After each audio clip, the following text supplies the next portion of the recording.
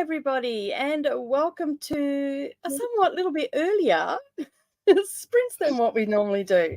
I'm running around chasing my tail today, so and it's only 8:36, and I'm still a little bit late. So yeah, we are here for our normal Diamonds and Books reading sprints. We're going to be here for our 8-hour plus. But there's just going to be a little bit of a change up this morning just to cater for Neva and Ari and also for myself, because this silly girl actually triple booked herself today. One thing I had to drop out of, which I was very sad about, but I just couldn't work it. This we moved forward by half an hour so I can be at the starting point of the thing that I forgot about, which I really shouldn't have forgot about, because it is a global stitch along that's starting today, and time zones were obviously not my friend. Is all I can say. I really, so this was the only thing that I could think of. Move this half an hour forward, and all that sort of stuff. So thankfully, Neva was very accommodating. Thank you, friend. I appreciate that. You've made my life so much easier this morning. So basically, we're going to be hanging around with you, talking all the things about, obviously, diamond painting, maybe some reality TV, and maybe some old trashy TV that I may have been watching. But our first sprint is going to be 90 minutes. So we're going to talk for about 15 minutes, and then we're going to put us into a 90-minute sprint, because I have to be off somewhere else. That will give Neva time to do dinner and all the things. And if we need a little bit longer, we will just extend the time. So please do bear with us this morning. It's a little bit all over the place, and it's purely my fault. So I do apologize to everybody. At least I own it. When I stuff up, I own it and take it by the horns and just hold on to it. So yeah. So while Neva lets us know what she is reading today, I'm going to adjust the timer and everything. So over to you, Neva. I'm going to attempt to read The Housemaid's Secret. Will that actually happen during these sprints? I don't know. Fair because enough. It seems lately that everyone wants to talk to me while I'm trying to read. All right. Now, how do I set these timers? Customize your timer. Here we go. I'm in a new place. So yeah. I'm going to attempt to read that. Because I finished my Haunting Adeline chapter today, and so I need to actually do an update for that vlog. Awesome. So I don't know what I think about this book, to be honest with you. Which one?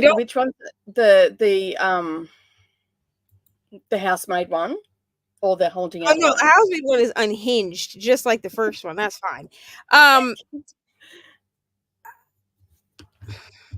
So I'm talking about Haunting Adeline, which was Brooklyn's pick for the 12 Wrexham 12 Besties. It's not going to be 5-star. I don't think. Okay. Fair enough. Something crazy would have to happen in this book for it to be 5-star. I feel like it's very like overwritten. You know what I mean? It's very like repetitive, like it repeats a lot. Like it's a fun time, I guess, but like it repeats a lot. And also, like, we're supposed to believe that this man is good solely because he like helps victims of trafficking, which is great. Like, that's commendable. But you're also stalking someone. He's a paradox. So, I mean, it's fine. Like, it's good. Like, it's a dark romance. You know what I mean? To all of these people that keep posting about this on YouTube, saying they've never read a dark romance before, and then this is what they decide to read. Don't do that. No.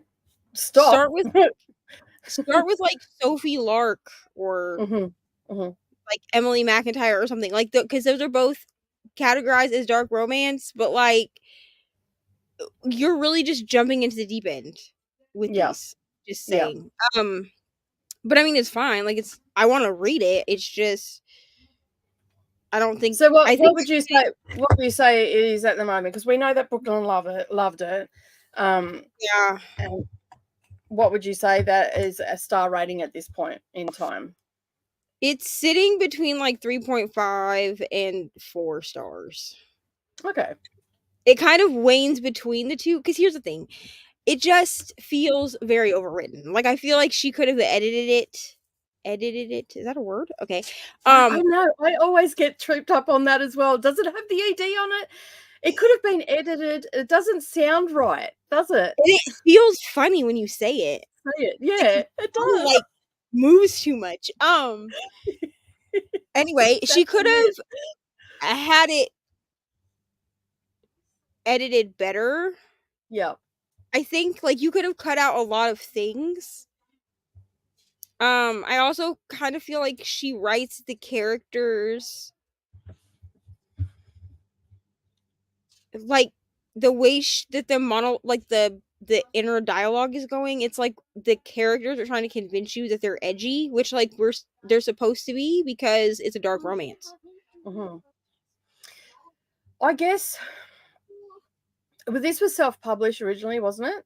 For Kindle. Yeah, I don't think it's ever been picked up. Actually, it was this was banned off Amazon at one point for all the trigger warnings, and then she like rewrote some of it. Okay. I didn't read that version clearly. But some people are calling this like,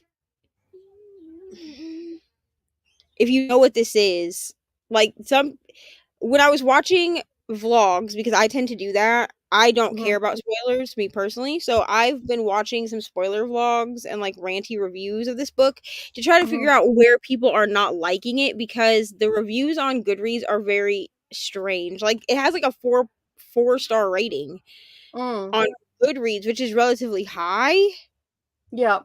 So I was trying to figure out like where the disconnect is with people that don't seem to like this book, and some people are referring to it as like QAnon fan fiction. Okay. Which makes that, like, as an American person, you know what I mean, where QAnon is like a thing that is happening. I could see where somebody would get that from. Okay. I was a little bit interested in picking it up, but I'm not 100% sure whether I'll pick it up. It's just I don't know. I'm like 30% through, I think. Yeah. 30% through. So I'm gonna keep going. I know Storygraph says 35. It's because I screwed up and I typed in the wrong thing the other day, so I just haven't edited it again. Because it won't really let you go backwards.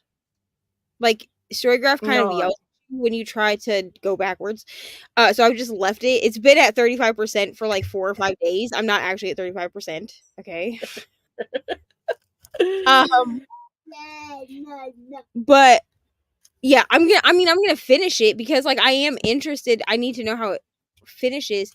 And people are saying they like the second book better, so I need to finish this one first. But yeah, I don't know. It's just kind of a weird book. But I can see why Brooklyn would like it though, because I feel like Brooklyn reads dark romance like I do. We don't think too much about dark romance. And you can't think too much about dark romance, or otherwise you're going to end up over in the corner twitching. Yeah, like neither one of us thinks very hard when we read dark romance. We just read it. Like, the vibe is there. If I was judging this straight off vibe, like, I would give it 5 stars. Yeah. There's just a few things in this. So are you being so with the because this is part of the 12 Recs by 12 Friends, is it? Yeah. Yeah. So are you being more analytical with these books than what you normally would be? Yeah. Yes. Okay, cool. Because I find that I also do that with like the reading my friends' favorite books. Yeah. I rate them a bit more. Like, I judge them a bit more analytically, like, as in like I'm somebody that they like just recommended a book to on the street. Yeah. Neither sitting there judging us all. as opposed to like how I read books. Like, when I just pick up a book, I don't read it like that. Like, I just read it and then it is what it is. But when somebody else gives me the book, or it's for like a project or whatever, I do find that I tend to be a little bit harsher, maybe. Yeah. Good to know. You're the judgy friend. Sorry. All right. I'm right there with you. I do a bit of the same thing. if a book's recommended to me, I'm a little bit more harsher with my my thoughts and stuff like that. I don't know whether I overanalyze it or not. Maybe I do a little bit, but you know, hey, it is what it is. Now, I don't judge my friends for reading it. Like, read what you want, read what you like. But Yeah, I do tend to, I tend to notice like plot holes or like things that don't make sense. Fair enough. All right, let's have a look at who is here in the comments. So we're going to speed through these comments. We are not going to get to the bottom of them in 10 minutes. Welcome to speed reading of comments today. So this will be unusual for us. Chris has joined us. Good luck, Nicole, on your obligations today. I'm sure it's going to be a journey for a bit. Yeah, it'll be fine. I have the Zoom meeting open already and my co-host is already there. So I have the screen off so it doesn't look like I'm talking and they can't hear me and everybody's screaming at me going, "You're on yet." So yeah. So I've got the screen off and all the rest of it. It doesn't start until 9 o'clock. So yeah, it's very exciting because the designer is also going to try and make an appearance as well. So that's pretty cool. And she had no idea we were doing this, Sal, and she has been so lovely and accommodating. Her site started out with, I think it was 5 flags. It now has over 58 flags of the world that she's done that people have created, because it's not just normally patriotic stitching is very Americanized. Yeah. And so a lot of us miss out on that patriotic, like we can't do that sort of stuff. And so Gail and I were seeing someone else stitching the Australian flag and went, "Oh, hey, how about we stitch it together as our Friday night group?" And then I said, "Well, why don't we just put it out to the community and see if anybody else wants to do it?" And then a few people started asking about, "Oh, what about this flag? What about that flag?" So we reached out to the designer and yeah, and basically she's been so accommodating. So we've had her tied to her design board since basically the second week of December. And she's just been bringing it. Like if you go over to my Divinely Design Studio Instagram, you'll see all the flags that are there. And I'm sure that there's a few more. That we had someone ask for the Bosnian flag today.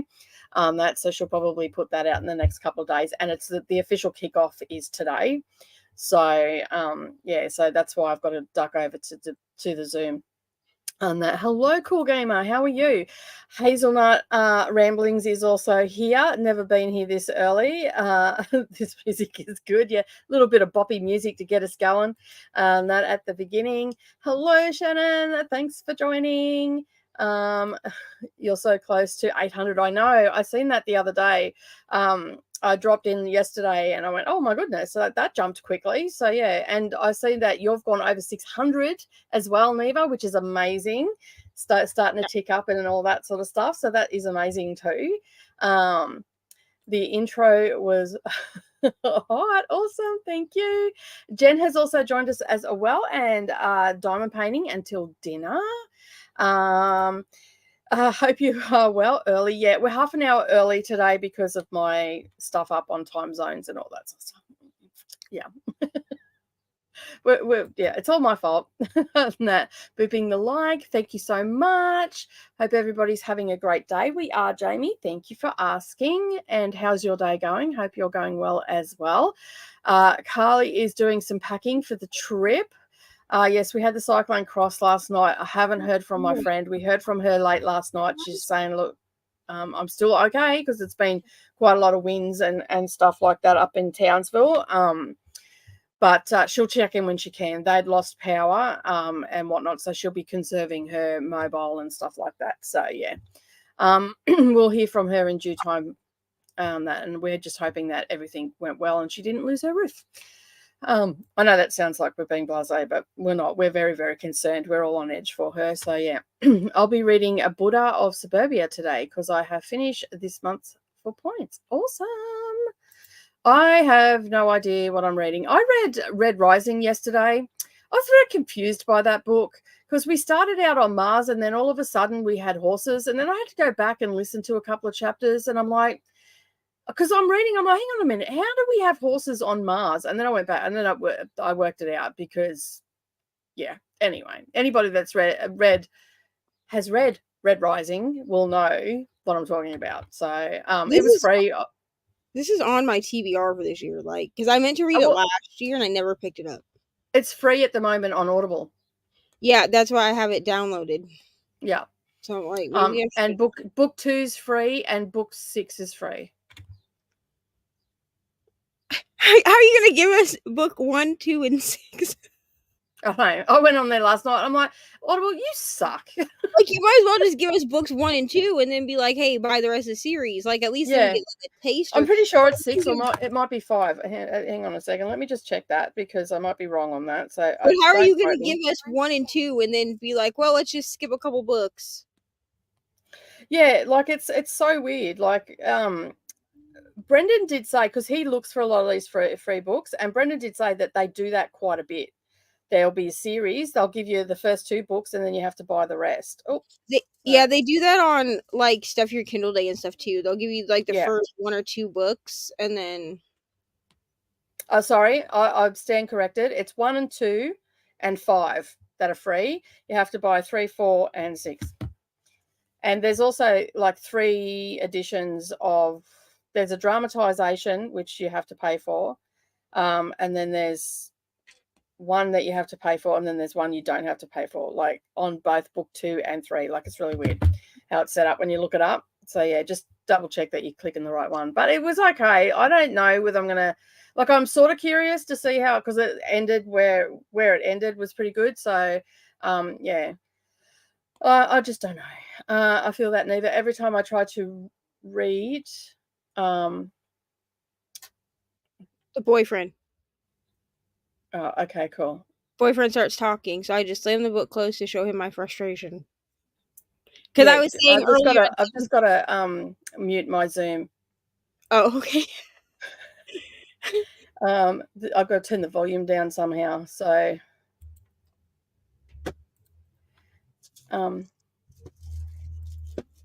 my co-host is so sick at the moment, so I'm just going to have them talking in my ear. I can't mute it. So, well, it makes you feel like we can't hear anything. So, hang on. All right, continue on, Neva. I'm just going to have to mute this for a sec. Okay. Okay. Yeah. Everybody feels like they need to talk to me as soon as the Kindle comes out, because that's a thing that we do. Let me find the comments. Here we go. Showing some love with the like button over on Nicole's channel. Also, thank you. I'm going to be hopefully finishing Dead Zone. About an hour left at normal, and I'm listening at 2.25 times speed while cleaning. Wonderful. Yeah. I'm a person who reads pretty, like, I read very dark romance. What? Look, I made a new idea. So every time that I want to do a diamond painting and I want to start on a tiny section at a time, I'll put this here. That's what that's for. Okay, anyways, sorry.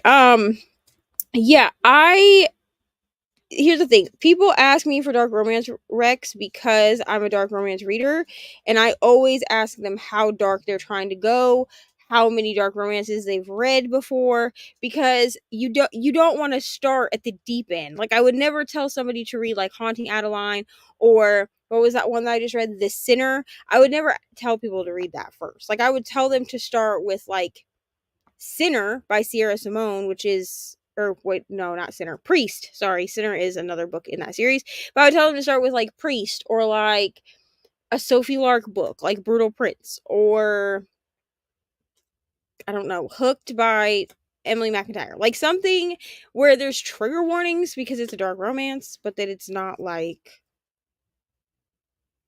crazy insane. Has anyone read the novel 9.5 Weeks the movie was based on? Would that be dark romance? So I know this movie, but I've not read the book or watched the movie. So I don't know. Okay, so I've watched this movie and I would read the book, but it's just food porn. What is 9.5 weeks? Yeah, 9.5 weeks is just food porn. They're just doing it all over the place and basically and using food as their toy, basically. That like Interesting. I mean, I watched the original one. Has it been remade or something? Has it? Yeah, I know this movie, but I don't even know the premise of the movie. I don't know anything about the movie other than the movie. I know that there's a movie called 9.5 Weeks. Yeah. So, 9.5 Weeks. Basically, if I remember correctly, because I haven't watched this since it came out. So I think it came out in the 80s, early 90s, late 80s, somewhere around that. It had Ricky Rourke in it. Is that his name? Mickey Rourke or whatever his name is. Mm-hmm. And it had, I can't even think of the chick's name that was in it. But anyway, basically they meet and then, yeah, they just have an intense love affair. Obviously lasts for about 9.5. That's if I'm remembering it correctly, because it has been a long time since I watched it. Because I've never rewatched it because it was not very exciting. I mean, it was okay, but Like I said, it did not do it for me personally. yeah. I don't know anything about this. I mean, I guess I'd read the book if somebody wanted me to.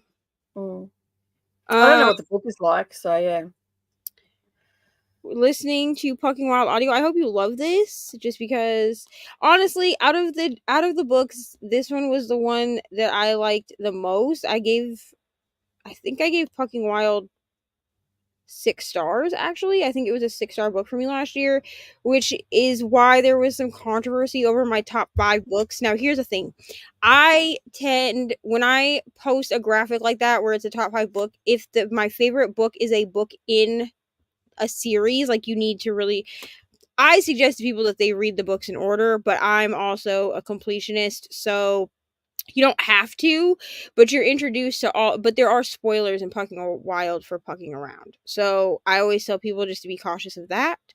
But with that one, yeah, there was some controversy about why I put Pucking Wild on my graphic for top 5, and it's just because I will put the first book in a series instead of the 5th book, you know what I mean? That's only the 2nd book, but yeah, Right, I like that so one. Chrissy's saying, hope your busy day flows. Yeah, it's a shit show already. So welcome to my shit show Friday, public holiday and all, so in go slow mode. All right, I have 1 minute where I need to be, so on that point I'm going to star that, and we are going to go to a sprint. That way Neva can do dinner and get Ari settled and all that sort of stuff, so stress levels don't start to rise. We're going to do a 90-minute sprint. I will be back. If I'm not, Neva is going to take over for you, and the timer should just keep clicking over for you, Neva, once we started. So yeah, all right, have a fabulous reading, and we will see you in 90 minutes.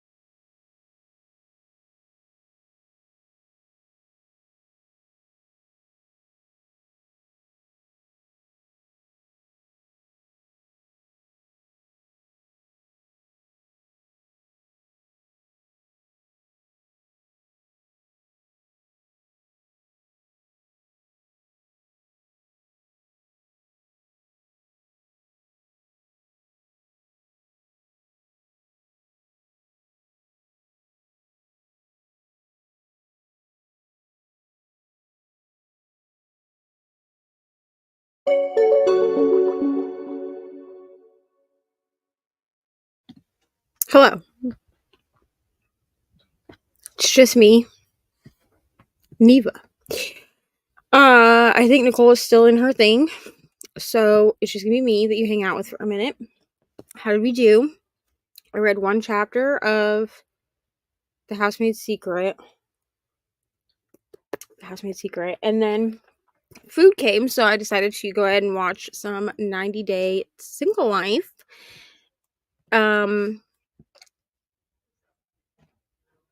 Yeah.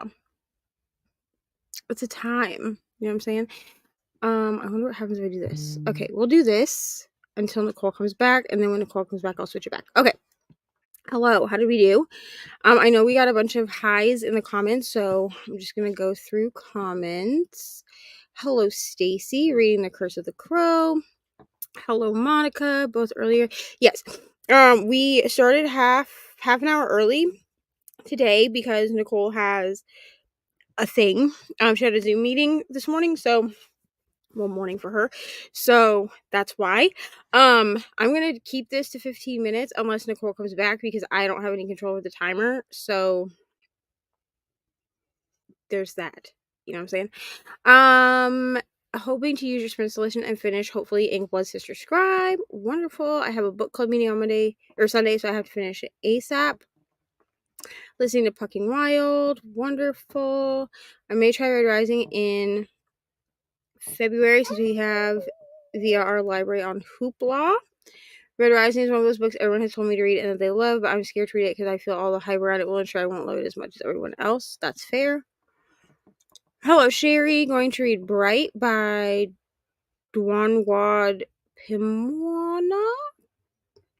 I feel like I butchered that name, but I hope you're loving it. What is on my glasses? Honestly. Hope you're loving it, even though I just butchered that author's name, so sorry to the author. Reading Eye of the World, currently on chapter 39 of 53. My goal was to finish today, but my life had other plans. Fair. I think I got 9.5 weeks and 9.5 months confused. Totally different movies, but when I hear about one, I think about the other. That's fair. Where the full moon is also happening, and I don't care what people want to say, the full moon makes people crazy. That's true. 9.5 weeks is sex in all sorts of places and problematic, but the book is darker. She tied to a table, fed her dinner like she's a dog. Also fed a lot of... So I feel like this depends. Like, I guess I would have to read the book or watch the movie to know. I've never seen this movie, so... or read the book. I think it would depend. It just sounds kind of fetishy to me, which isn't quite the same as it being dark romance. So, I don't know. Hello, Nikki. Hello, Jess. Yes, we are sprinting. Listen, it's only on Saturdays that we forget how to sprint. So you know what I mean? Have all of this? Ori? In the 30 minutes that you can drink it, because you got 30 minutes till it's bedtime. Hello, Jean. Completely missed guys starting. I'm glad I didn't miss the whole thing. At 70, we've only done one sprint. So, 76% of Soul to Keep. Gonna finish it before girl bands. Wonderful. Listen, that's just the way that I do books for vlogs. Now, if I'm just reading a book, like if I'm just doing like weekly vlogs and I'm just like reading the book for myself, it's a little bit different, but I do find that I'm much more analytical when I'm reading books that were given to me by someone else for a vlog. So, it's fine. Hello, ML, reading The Witchery and doing some work tonight. Wonderful.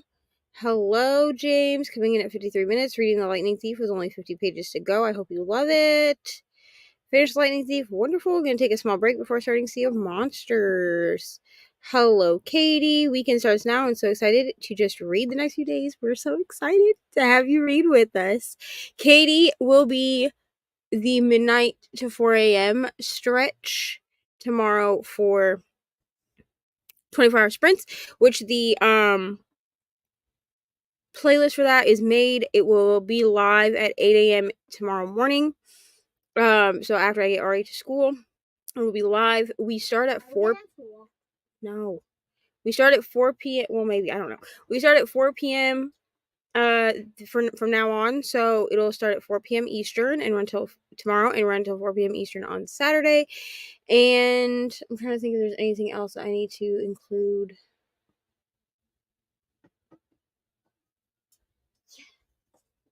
I don't think so. I think that's it. Stick them in the net. Wow. Sorry, Ari's watching Wreck-It Ralph, so if you hear yelling about stick him in the net, that's why.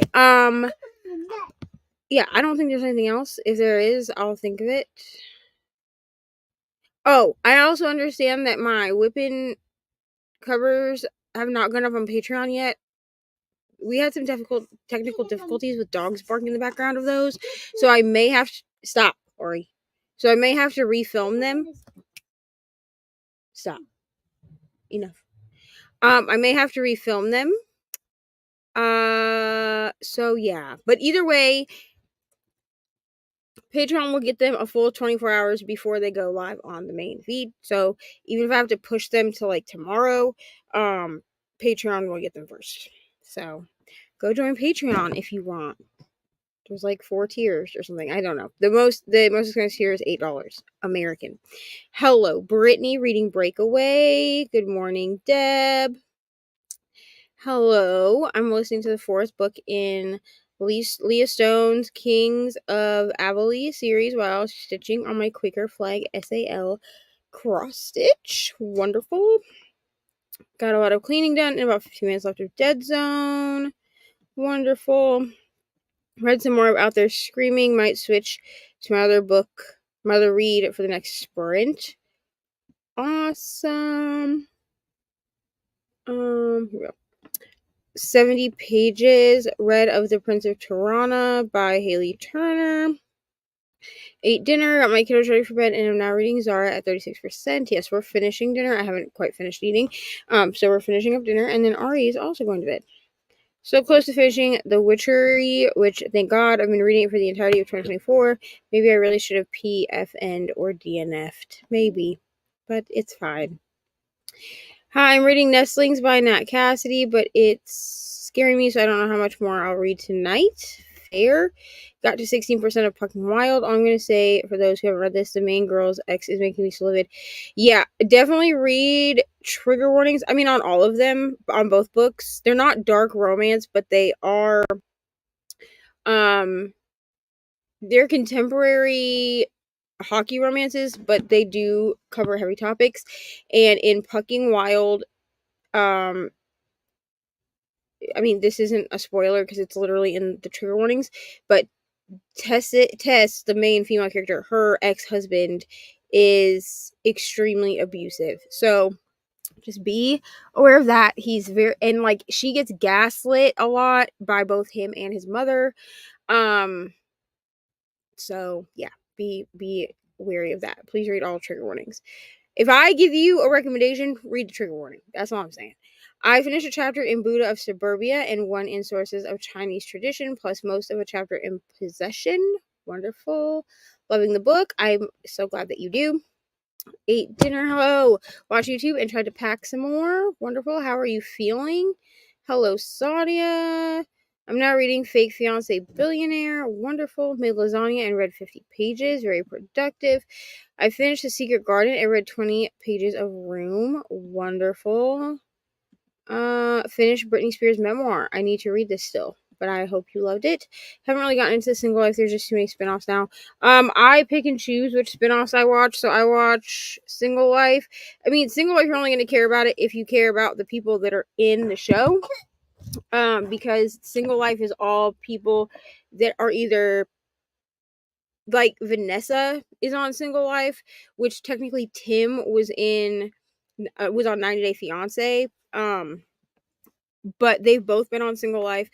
So, like, you're only going to care if they're people related to 90 Day Fiancé that you cared about to begin with, if that makes sense. But I watched this one. I did watch The Last Resort. I did like that one. And then I only watched, like, Happily Ever After and,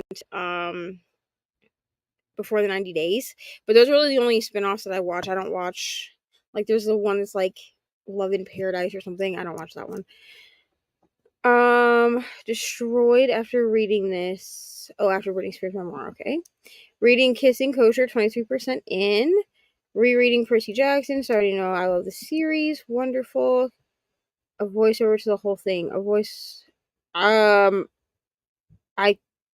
could, but I would still have to re-record the vocals, which is the issue. Because you can hear dogs barking in the background. So it's a whipping thing. So it's not or whipping cover. It's not a standard whipping chat. I'm doing 2 whipping covers this week. Which it will make sense as to why I'm doing it this way. But I mean I could just record myself singing and then put that over the video, which I may do, but I still would have to re-record the vocals. Butterflies and books, yes, there's so much stuff I didn't know. We will totally be here whenever you post. Thank you, Jean. On Patreon, I was given 3 on the screen. When I clicked on them, the 4th one came up. Yeah, so it's only going to show as much as will fit on the screen. So I think only 3 will fit. You do have to like click like show all tiers or something in order to see all 4.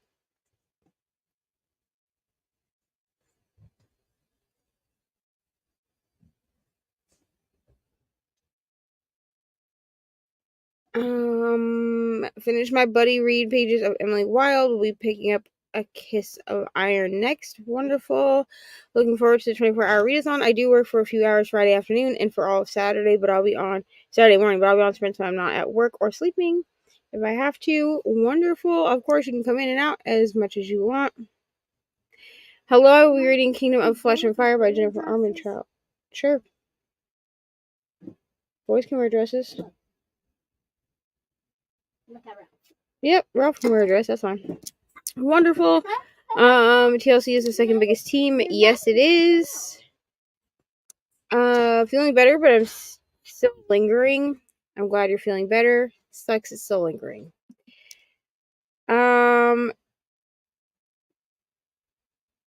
It's gonna be so much fun. I'm gonna try to stay up as long as possible. Wonderful. I will take a nap at some point. What? Are you gonna stay up? I always do, Ari. It's my thing, so yeah. Hello. But you never let me.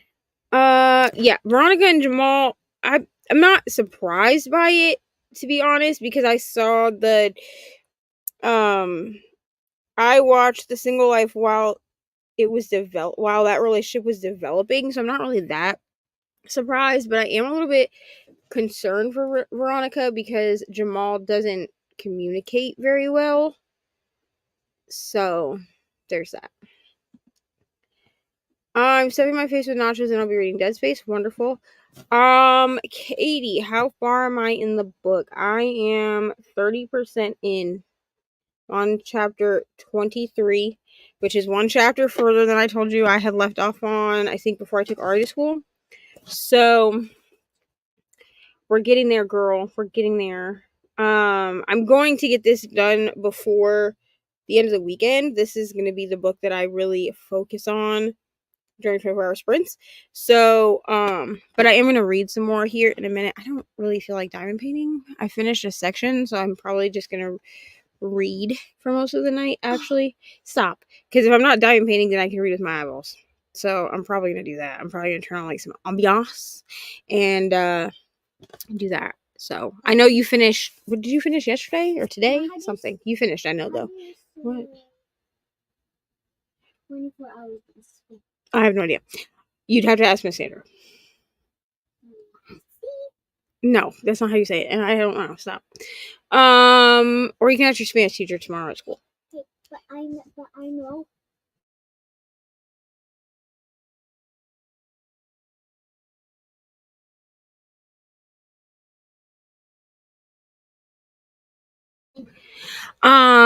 Yeah.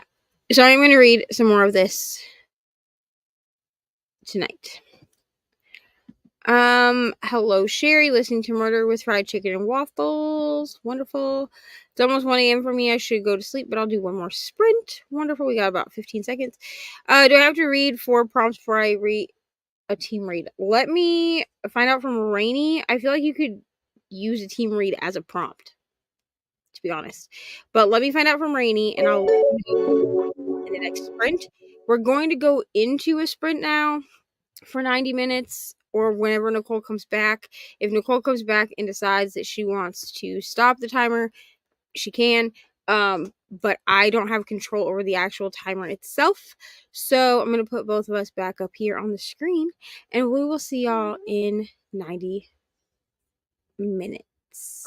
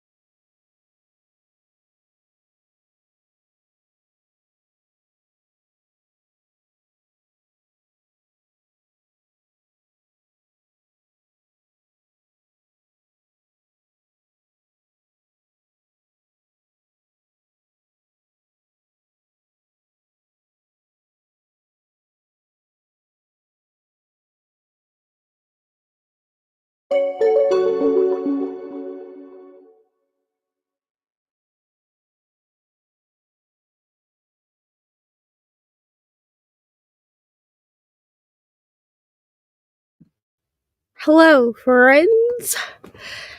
How did we do? I read another chapter. I also made some changes to the Bessie's Book Club Discord, and did some other things behind the scenes.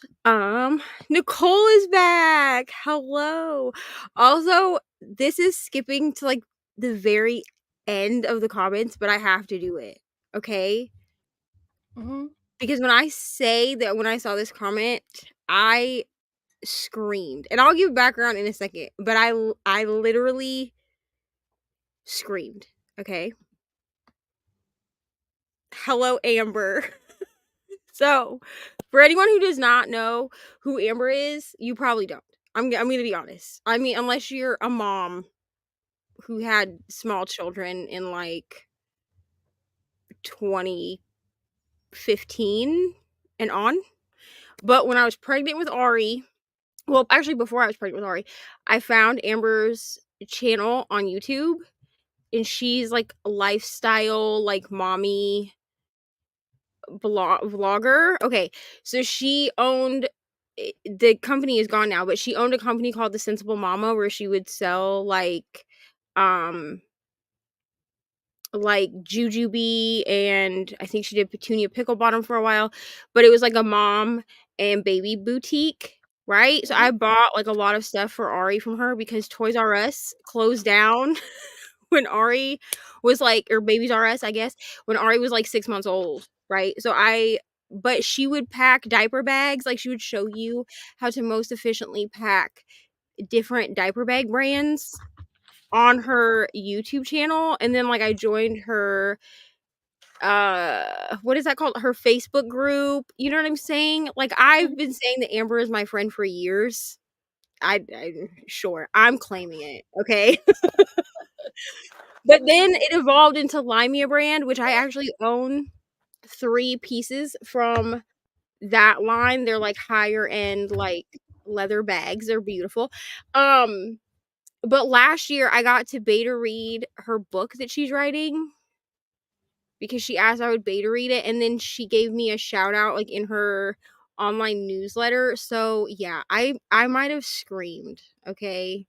It's fine. You know, y'all know me at this point. I fangirl a lot, so That's okay.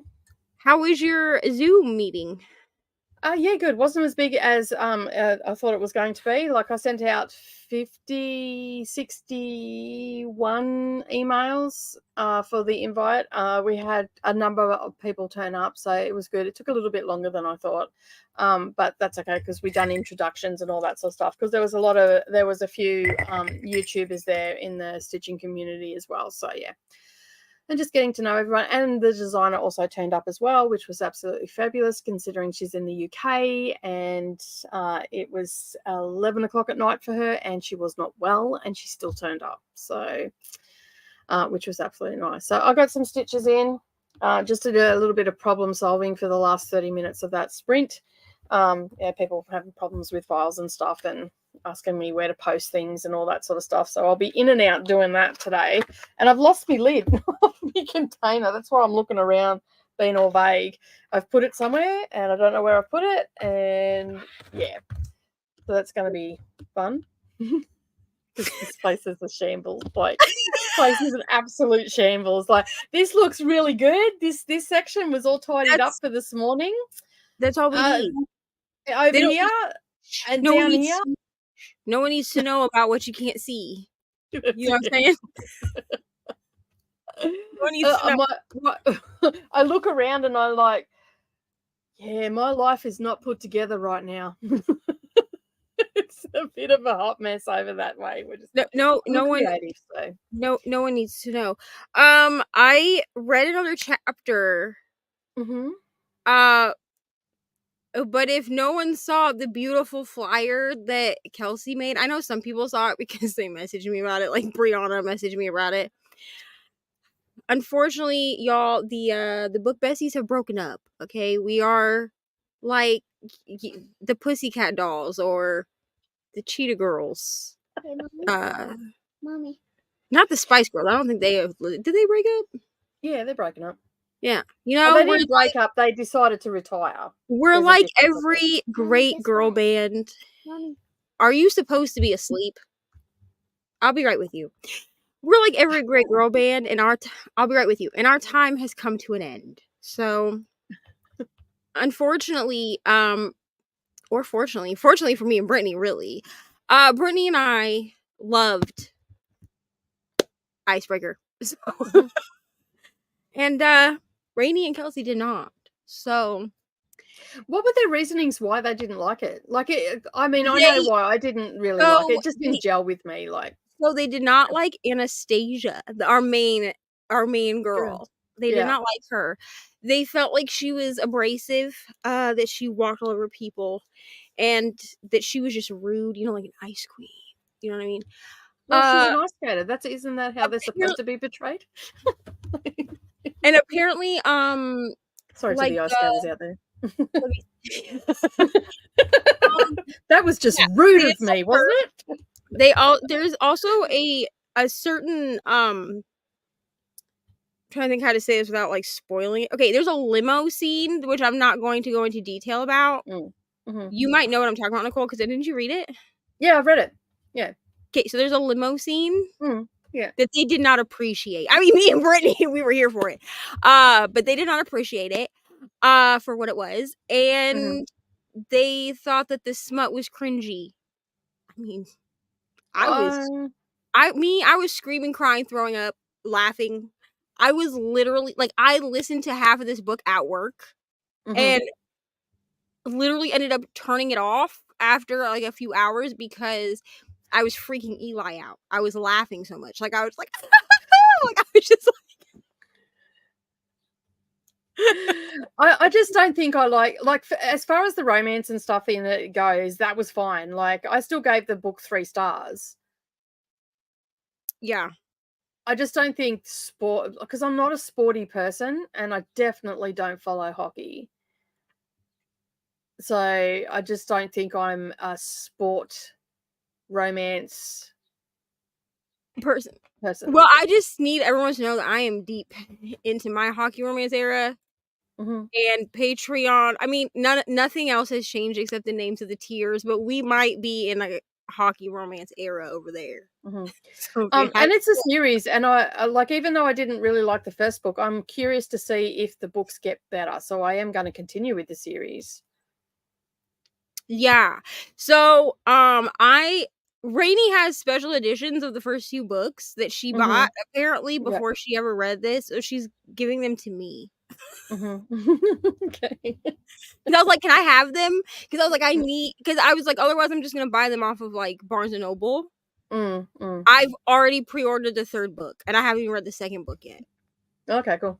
But it's like fine. As far as the romance goes, the romance was good. And yes, they are correct. She does come across abrasive, but she comes across abrasive because of the situation that has happened. And this is early on in the book, so this is not a spoiler.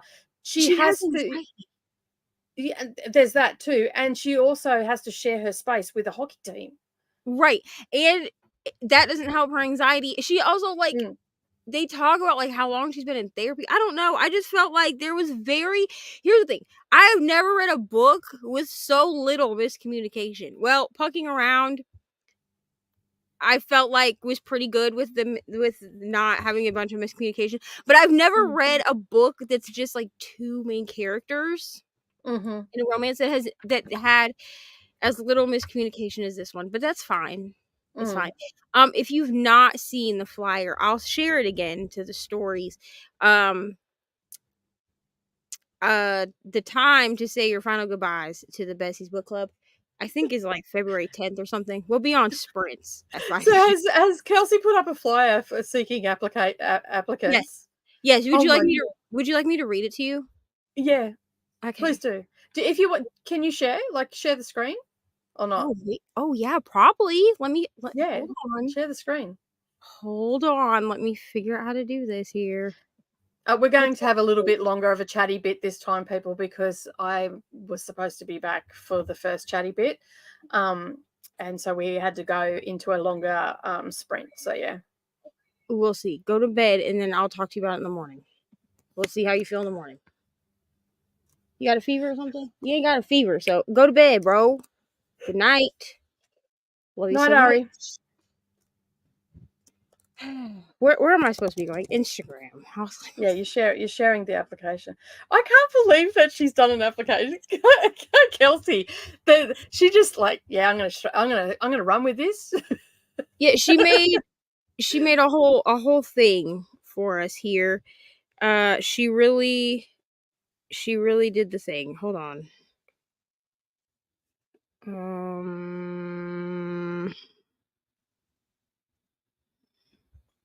All right, get in bed, my guy.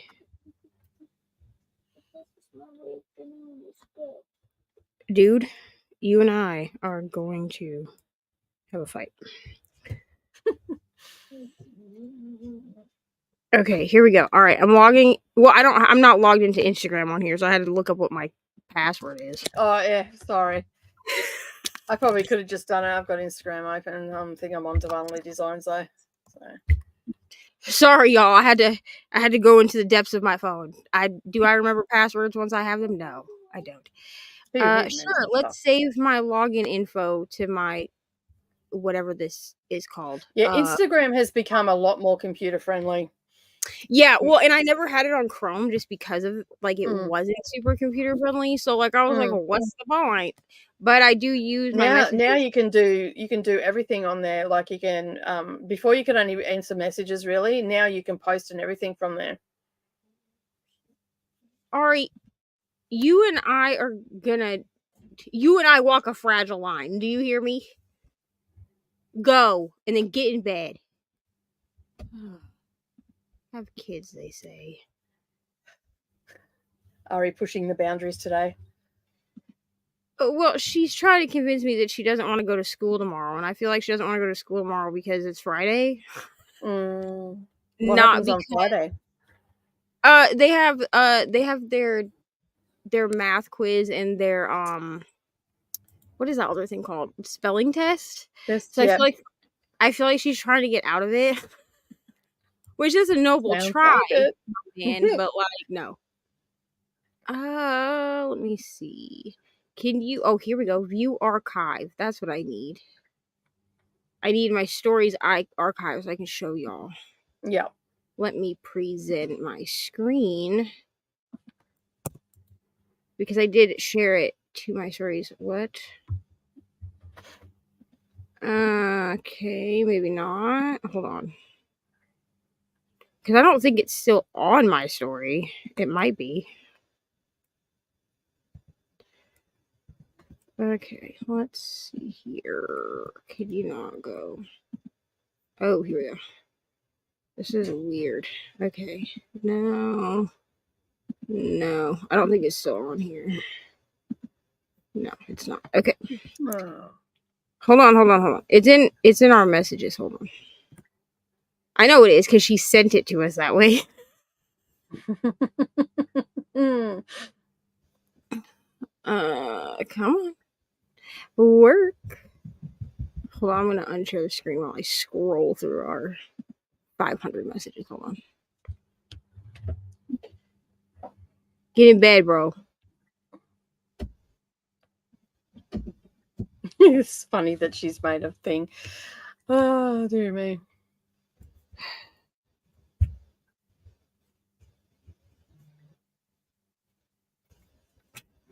You and I walk a fragile line. Actually, did I save it to my...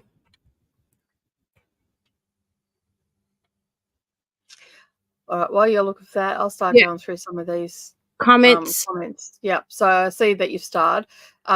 Enchanted River Enchanted is on KU. Is it?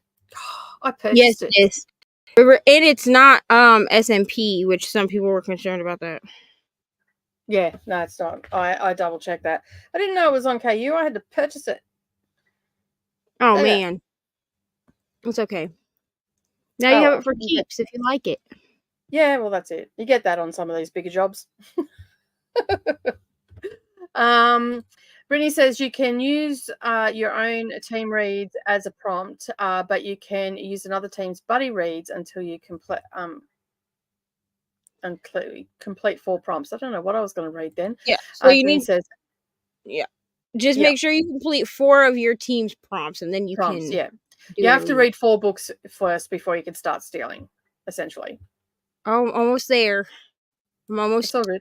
To it. I missed the chatty bit, still reading, but had some supper. Awesome. Hello to everybody, because I wasn't really here when everybody was popping in. So a lot more people have popped in and whatnot. Triple booked myself today. I had to drop one, attended another, started this, attended another. Now I'm back. So it's all good. Hello, Coda. Thank you for joining. How are you? Hope you're feeling okay. All right, here I have it. Are you ready? Yep. Go. Yep. Here you are. So what it says, I'll read it to y'all. It says, in loving memory of Besties 2022 to 2024, memorial service will be held February 10th at 5 p.m. on Sprints. Auditions for Brittany and Eva replacements will be held at 7 p.m. also on Sprints. The only qualifications that you have to be in the Besties Book Club is that you must hate Icebreaker. We also will be having the Discord has been changed to Ex Besties Book Club, and we will be selling Ex Besties Book Club merch. So that's awesome. Really. Yes. No. I wonder how many applications you'll get. I don't know. But Brittany and I are going to have to branch out a little. You know what I mean? So we're figuring out what we're going to be doing now that we've been placed. Removed. It's fine. It's fine. We hope to see everyone there on February 10th at 5 p.m. I'm pretty sure that's Eastern Standard Time. Yeah. Because all of us are on Eastern except for Brittany. So yeah. Cool. That's awesome. What date is that? The 10th, the 5th or something you said? The 10th of February, yes. 10th of February. Okay. There you go. That's funny. We're very dramatic individuals. It's fine. That is so funny. I love it. Where were we up to? Just here we go. Hey Jean, it's exam week, so hopefully it's just exhaustion. One more day to go. Go the exams. My son does virtual school from home, so we had to make sure that everything was done, study and exams, and then he's off to the 1st. That's awesome. 1st of February, I assume. Hello to Coda, sending hugs. Coda. Alice has also joined. Hello. ML says, I finally finished The Witchery, 2.5 stars. Just wasn't for me. Went and looked at reviews, and a lot of other people agree. 6 point of views. Magic system, a confusing plot. Just didn't care. Some books are like that though. And this is Amber's fangirl. Is that what we need to do? Yes. I mean, I didn't see it for a good 5 minutes after she sent it, but when I saw it, I was like, and then I screamed to the ex besties, because we might be ex besties, but they're the only friends I have. So I screamed to them about it, and no one knew who Amber was except Brittany. Because I was like, do y'all remember last year? I got to beta read a book and all this stuff. Because I tell them everything first, right? So, and they were like, yeah, but who the hell is Amber? And he was like, how is Amber in your chat? I knew she followed my Bookstagram because she consistently likes things on my Bookstagram, and I scream a little every time that I see Amber Wardell liked your post or whatever. I did not know she followed the YouTube. Now she knew about the YouTube because she asked when I was put in the newsletter. She asked me if it was okay, and I was like, "That's fine." I think I had 200 or 300 subscribers at the time. I was under 500. I know that. last year when she did it. And I was like, I do have like a YouTube channel too. Like, I don't know if you want to put that like in the article or if you're just focusing on Instagram, because that's where a lot of her stuff is Instagram and TikTok. And she ended up putting like a link or whatever to the YouTube in that newsletter as well. And so, yeah. Cool. That is so cool. Hi there. Hello. Welcome. I'm reading. I can't say that. Kariba? Yep. Kariba. I have no idea. Yeah, I'm gonna go. I like Kariba. I like the sound of that. I actually like that as a name. That'd be a good kid's name. Yeah.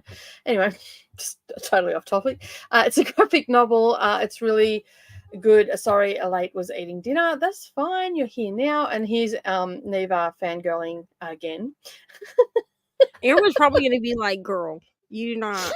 Because here's the thing, she's very open about like her divorce, and well, they didn't get divorced, but they like separated, her and her husband Charlie. She's very open about it. She shares like a lot of stuff on her social media. She was sharing like while it was happening, after they reconciled, all that.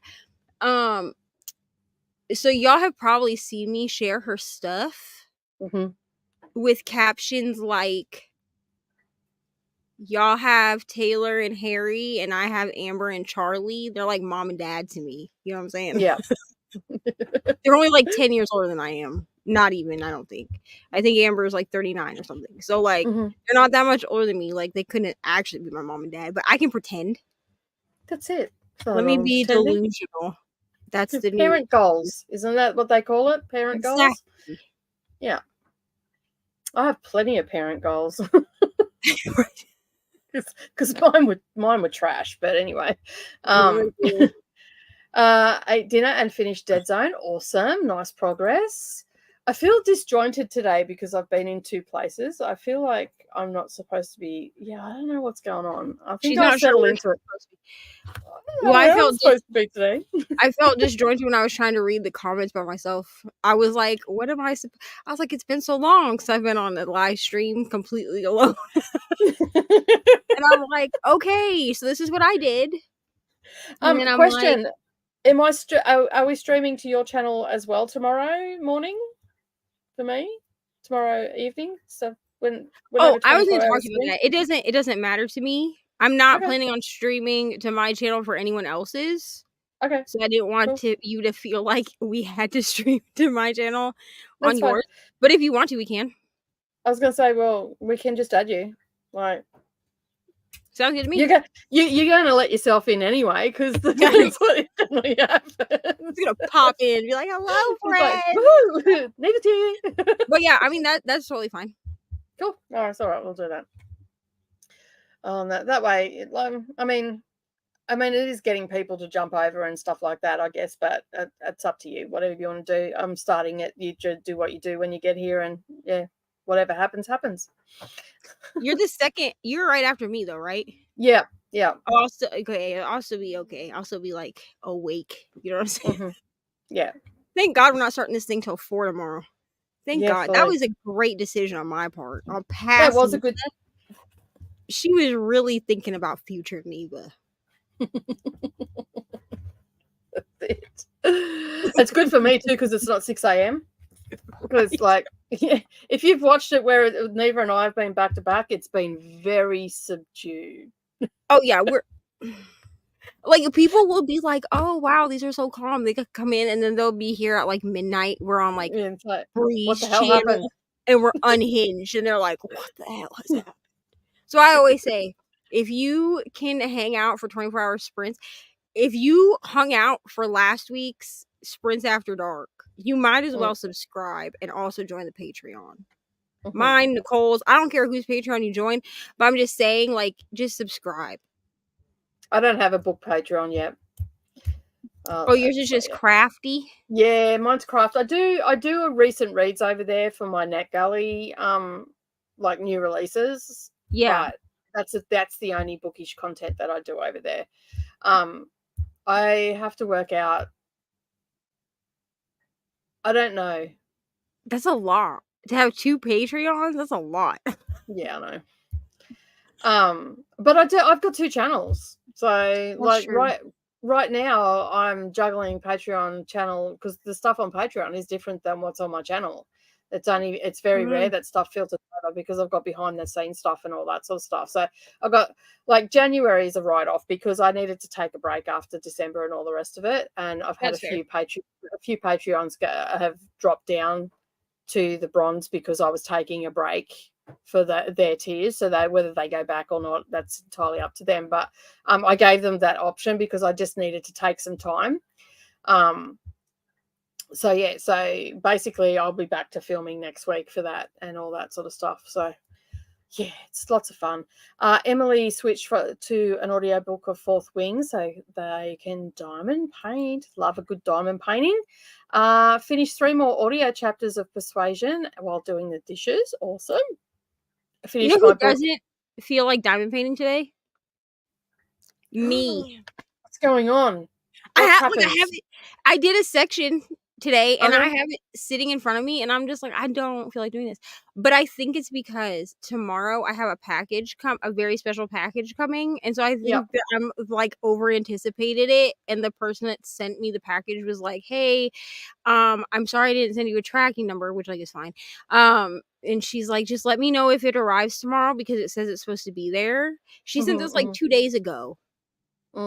So I think my anticipation of this package coming is interfering. Yeah, so I don't feel like it. Plus, like, I'm not gonna lie, this is a very dark kit. Like colors wise, it's a lot of just like brown and black. Yeah. And after a while they all look the same when there's just that sort of there's not much between the colors and all that sort of stuff. Definitely on the canvas I definitely mixed up 2 different colors of brown. It doesn't matter, you can't tell because they're so dark that it doesn't who cares? they're basically the same color, you know what I mean? So that's 3371 and it was which one was it? It was $8.98, I think. Yeah, $8.98, which is like this super dark brown. And I know it was this one, and then it was these two, $8.98 and $9.38. Oh yeah, they're both very much like the same. Look at that. Yeah. Because I was like, well, are you gonna be able to tell if because one is like a hashtag $, and the other one is one of the arrows because I have like 4 of the little corner arrows. So I have like a corner arrow for each corner. Does that make sense? In this kit because there's so many damn colors in it. And I was like, are these close enough? And I was like, they're close enough. It's fine. We've all done it. Hello, lovers. Haven't seen you for ages. Welcome back. I finished my book in the last sprint, and now I'm deciding on which one is up next. Oh, what are your choices?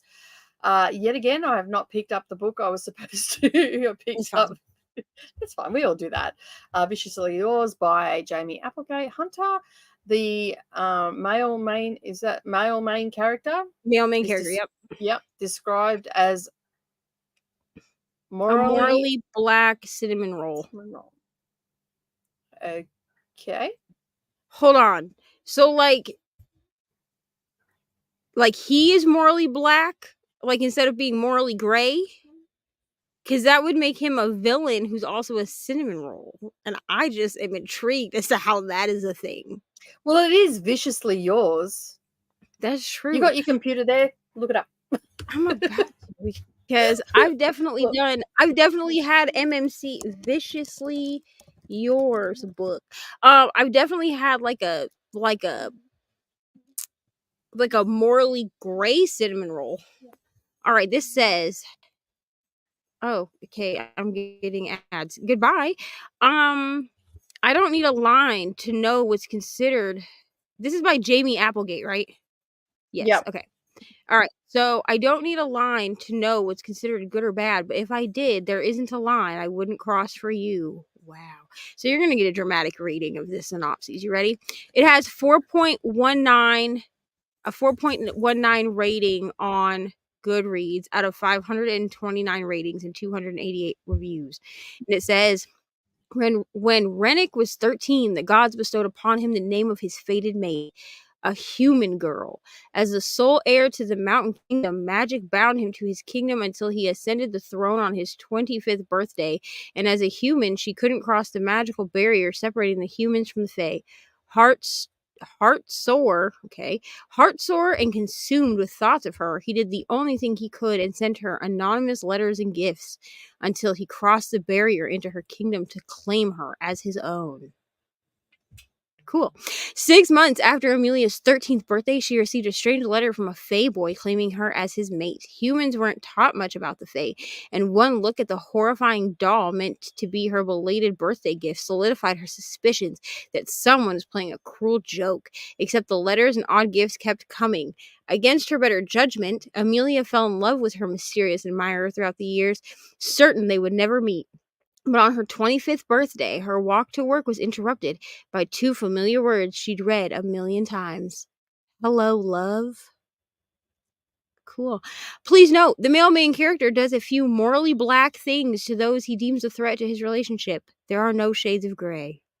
Viciously Yours is a new adult fantasy romance. Long novella / short novel of about 60k words, 250 pages, fast-paced, and focuses solely on the relationship between the 2 main characters. There is no overarching background plot. Interesting. The couple has minor obstacles, but no miscommunication trope, no third act breakup, and no cheating. Please note, the male main character does... Oh, we already read that part. Content warnings. Orphaned heroine. Gore. Unethical kills and decisions by main characters. Great, thank you for sharing all over the internet. Good night. Death of a parent, mature language, explicit sexual situations, and graphic violence and death. That sounds beautiful. And it's now just landed into my Kindle Unlimited list. Yeah, that's what I'm saying. Listen, as soon as I finish The Housemaid's Secret, actually, I'm gonna save it to my spreadsheet. This is what I've been doing this year. Instead of like switching out all my KU books, because I always have 20 checked out, because who am I if I don't have 20 books checked out? I have like a whole spreadsheet in my, or like a sheet in my book planner, my book journal, and I put it in there. Because then I have a wish list that is just KU smart fantasy, thriller, mystery. I have those wish lists that are private, and I add them to that. And then I just, because every May I read everything that's on my list, and then I can check out another 20. But I'm constantly putting things in and out because I read stuff from KU as much as I can. But on that, my goal this year is to at least read, because I'm not going to get rid of Kindle Unlimited. If I'm going to get rid of anything, be Everend. Same. So basically, because the other day I went and looked at, there's a lot of Agatha Christie audios on Everend. So that's it. It has been its only saving grace. Yeah, so for Everend, I found stuff that I want to read. It's just that it's the same amount of money as Kindle Unlimited every month. But not, in my opinion, the same amount of value. No, it's definitely not the same value. That's my problem. I've just gone, you know what? I don't go out. I don't smoke. I don't drink. I don't buy coffee. I don't do anything else. This is what I do. I'm not even buying craft stuff at the moment because I've got enough. The only thing I do is buy books and buy diamond paintings. So yeah, I feel like I'm doing pretty well. You know what I'm saying? Yeah. I mean, we like occasionally eat out or whatever. Like tonight we did because I didn't feel like cooking. But like for the most part, like I don't like I have a vape that I've been smoking on, but like as soon as it dies, like that's it. Like I'm only really still using it because I don't want it to go to waste because it cost me $20. As I said to you the other day, I didn't even know you vaped. Like we've been sprinting for over 6 months together, and I only noticed the other day when we were in back of house that you were vaping. I'm like, and the thing is, I have like a big one that I carry in my bag. And I have juice for it and everything. The thing is like it's cumbersome. Like it doesn't fit in my bag. Like, it fits in my bag, but, like, it doesn't fit in my pocket very well, and my little one, I just put in my pocket at work, and then it's this one that you saw me hit the other day, but this thing cost me, like, $20 'cause it's got, like, so many hits on it, and then eventually it just runs out, and then it's, like, disposable or whatever, so I just take this one to work with me, but I don't smoke in the house, so and it's too cold for me to go stand outside and vape. I'm not doing all that. But, like, I haven't. Oh, look, we've got a new garden on. Oh, Neva, it's you. Tick, Yeah, tick, like, tick, tick all the ice off you. I'm not doing all that. So it's like I've kind of like let vices go at this point that I'm like, it's fine. But that's why when I was trying to figure out what to do with the Nook, because I'm gonna order the Nook here in like the next week or whatever. I had to figure out how I was going to utilize the Nook because Barnes & Noble doesn't have anything that's like equivalent to Kindle Unlimited, so I'm not going to I'm not getting rid of my Kindle. Someone messaged me about this the other day and was like, if you're buying a Nook, you're getting rid of your Kindle, and I was like, no. Who are you and go away? Absolutely not. Like, clearly you don't know me very well to think that I would be like, I'm getting rid of the Kindle, go to sleep, and I'm getting the Nook. Like, no, I just want to try it out, and it's also pink, you know? So. But you've got a solution for that. You're going to do Stuff Your... Yeah, so I'm going to do this Stuff Your e-reader day or Stuff Your Kindle day. I'm going to do that via my Nook. Which I've already, like, I downloaded, like, the Nook app. Apparently, I have books from 2015 on there. By books, I mean magazines. I don't really know what I was doing with the Nook app in 2015, but I have, like, Esquire on there. Excuse me? Okay. Sure. So, I don't know. Don't know who that Neva is, but okay. I was like, what the hell is this? And it's my account. You know Did it come with it, though? Did it maybe come with your account? Did you get something for free when you opened the account? Maybe that's what it was. Do you ever read Esquire? No. Judging by the look on your face, that's a hard no.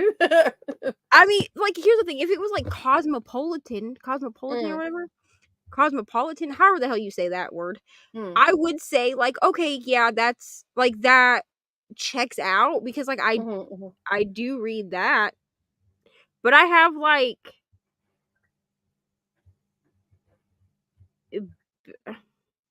HGTV magazine special offer from February 2015.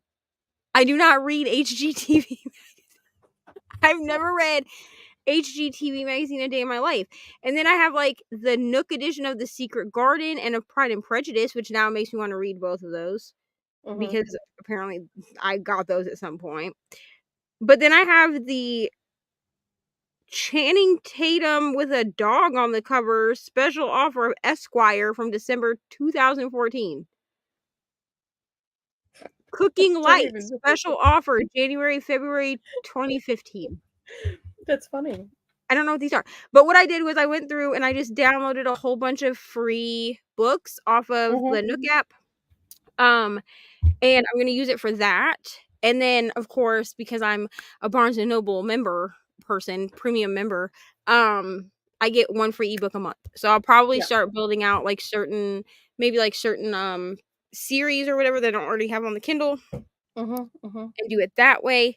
But most of my reading will probably still be done on it will be done on my Kindle, because I have Libby on my Kindle. I have Kindle Unlimited. Yeah. No, that makes sense. Jasper, I'm at work. I'm currently counting meds and making sure nothing has gone missing. It's important but boring. Yeah. Adulting sucks. True that. It didn't say I got 42% of Zara and got kids to bed. That is a feat in itself, getting kids to bed. That really is. My kid is Neva is experiencing tonight. In bed. I mean, she's in bed. She's just apparently it's a fun time to talk to me. So it's a standalone novella on KU, but mine says it is book 1.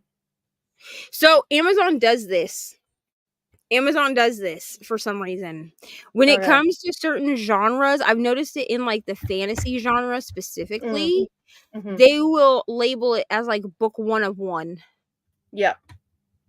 Yeah, that's what they've. I just as I put the phone down, I just read that. I was just about to say, but they've got 1 of 1. So yeah, so I assume that unless the author comes out at some point and says, "Hey, we're writing another book," it's just a standalone. Lynn's had a dinner that sprint and didn't get any of my reading done. That's okay, but you had dinner. You've nourished yourself. That's all that matters. I determined to finish an arc. Hello, Chris. How are you today? Had a month off from NetGalley and now it's back to reviewing. These books don't seem to be as depressing as last year. Fingers crossed. They're starting the year off good. Here's the thing. I still haven't. So I told myself, I was like, girl, you need to catch up on these arcs because I have arcs from last year that I did not read or review. Yes, my NetGalley is sitting at promptly 0% because I have reviewed nothing. It's fine. Okay. Yeah. So I started reading Dungeons and Drama at the beginning of the year. I've not picked up Dungeons and Drama since I started reading these damn housemaid books with Katie. Yeah, but those housemaid books are pretty good. I am sucked in. Like this one, I don't know how, but this one is better than the last one. That's good though.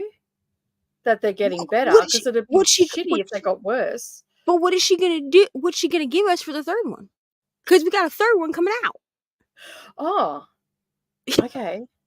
There's a third one. I think it comes out like April. When's the third one come out? Let me consult my note because I've saved it.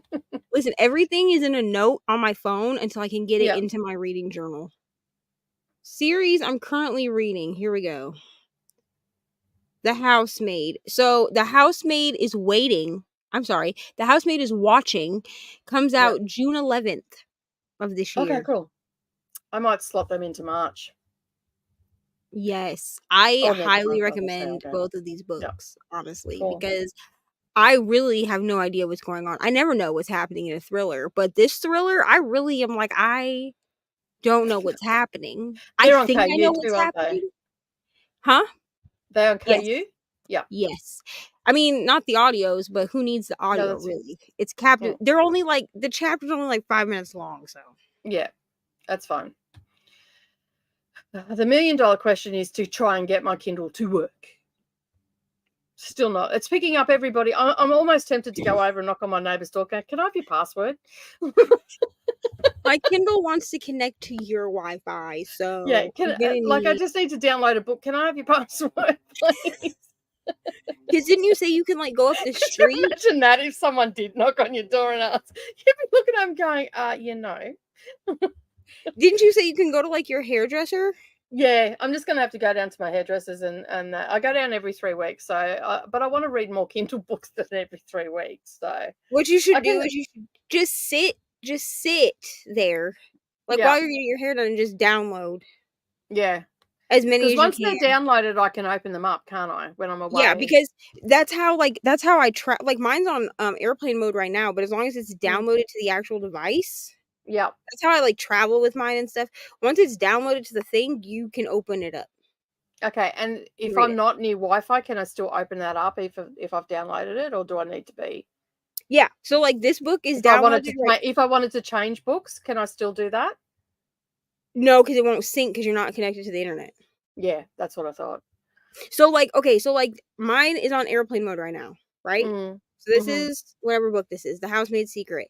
So if I go out of The Housemaid's Secret, what I do is I'll turn on this setting. Okay, so like mine's all in collections. Yeah. But if you click the little lines, you know, like the EQ lines.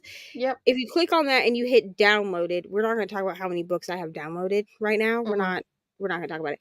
But if I hit downloaded, it'll only show me books in the collections that are downloaded. Oh, okay, cool. So then if I click on like currently reading, that's just an example.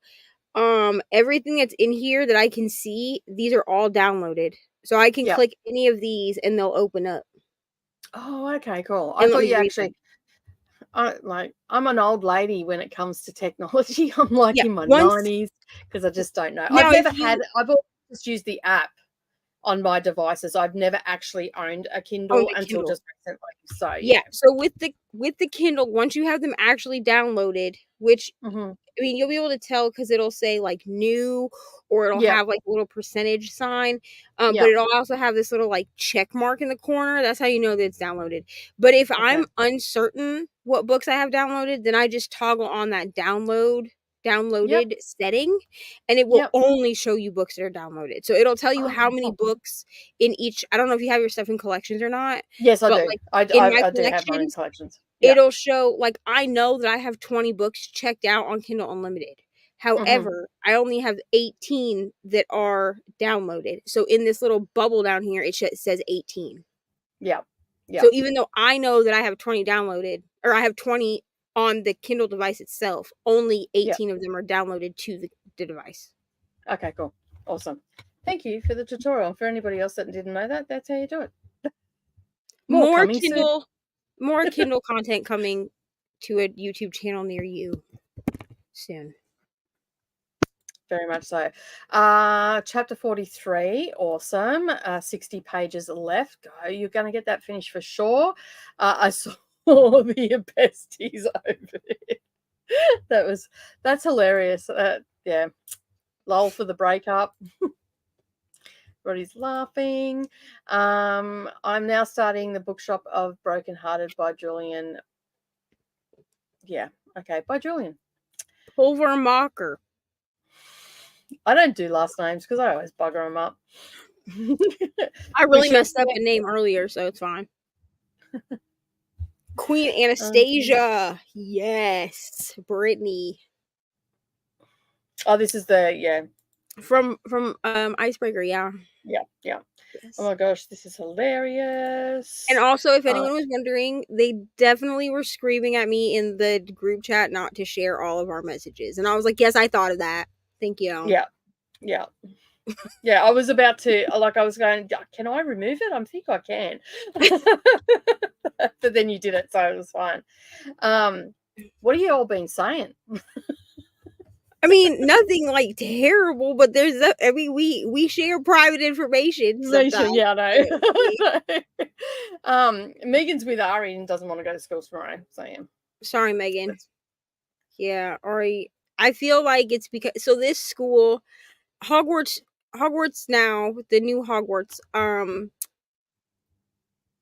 We're gonna call the other school. We're gonna call it Beauxbatons. Okay. You don't know what any of this means. It's because you haven't read Harry Potter. You'll know soon enough, Nicole. You'll know soon enough. Oh, I know what Hogwarts is. I've seen the movies. Yeah. So okay, there you go. So why did I think you were going into this completely blind? Like you had never seen anything. I've watched all of the movies. Like I live with Potterheads. They're all over the fan. They're all over the fan fiction and all the rest of it. And I think I get disapproving looks from my children because I haven't read the books. And I'm like, well, it was read the books or look after you as babies. What did you want me to do? Read the books. I'm like, I could have read the books, but I chose, to nourish you and keep you safe and all the rest of it. Bad from, life choices, they're my bad life choices because I didn't read the books.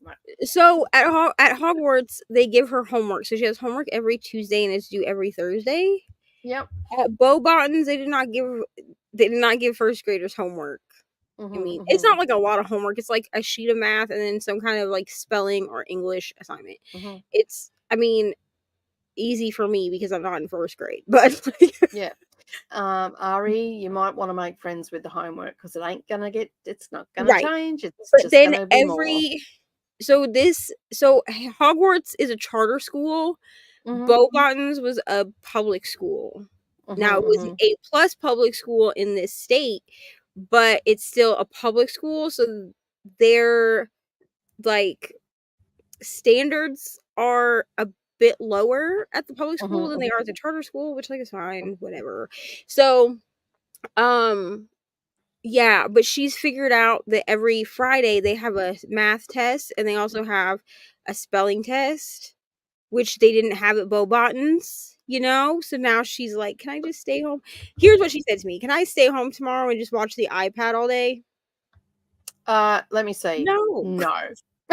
I was like, do you have like a fever? Like, is your stomach hurting? Like, but as soon as she said, can I just stay home and watch the iPad all day? I was like, okay, so you just want me to let you skip school?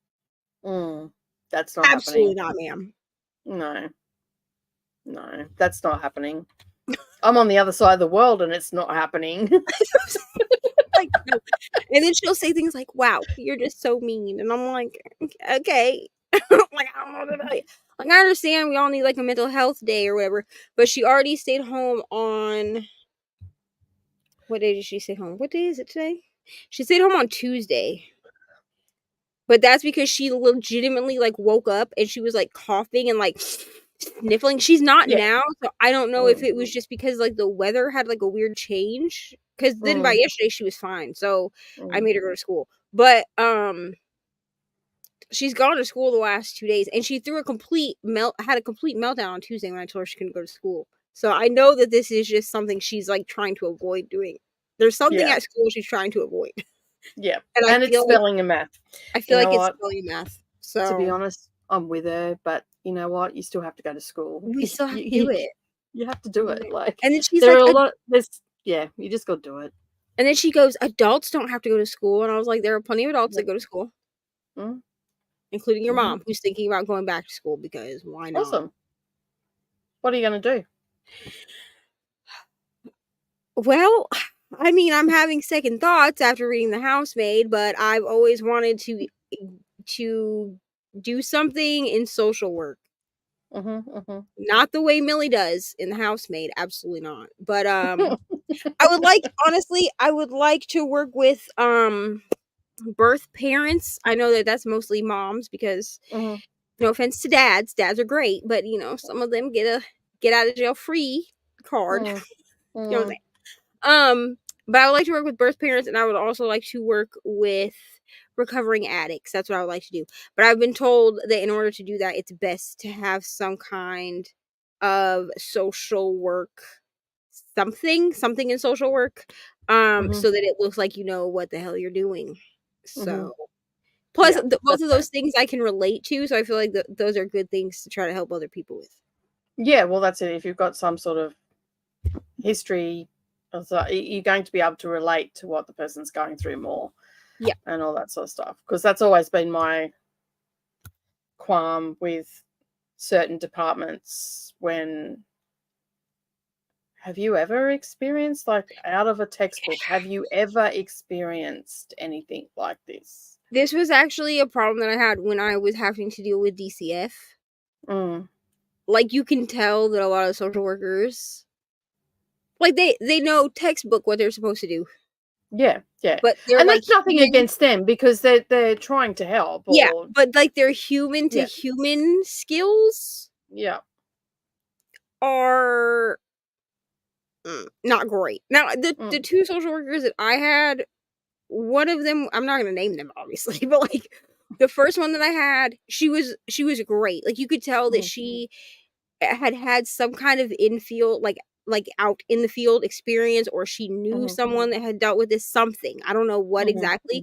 This second social worker that we had, I mean, she's fine. Like, I like her now. She's a wonderful person. But it took working with me in my situation in order for her to understand the other side, if that makes sense. Yeah.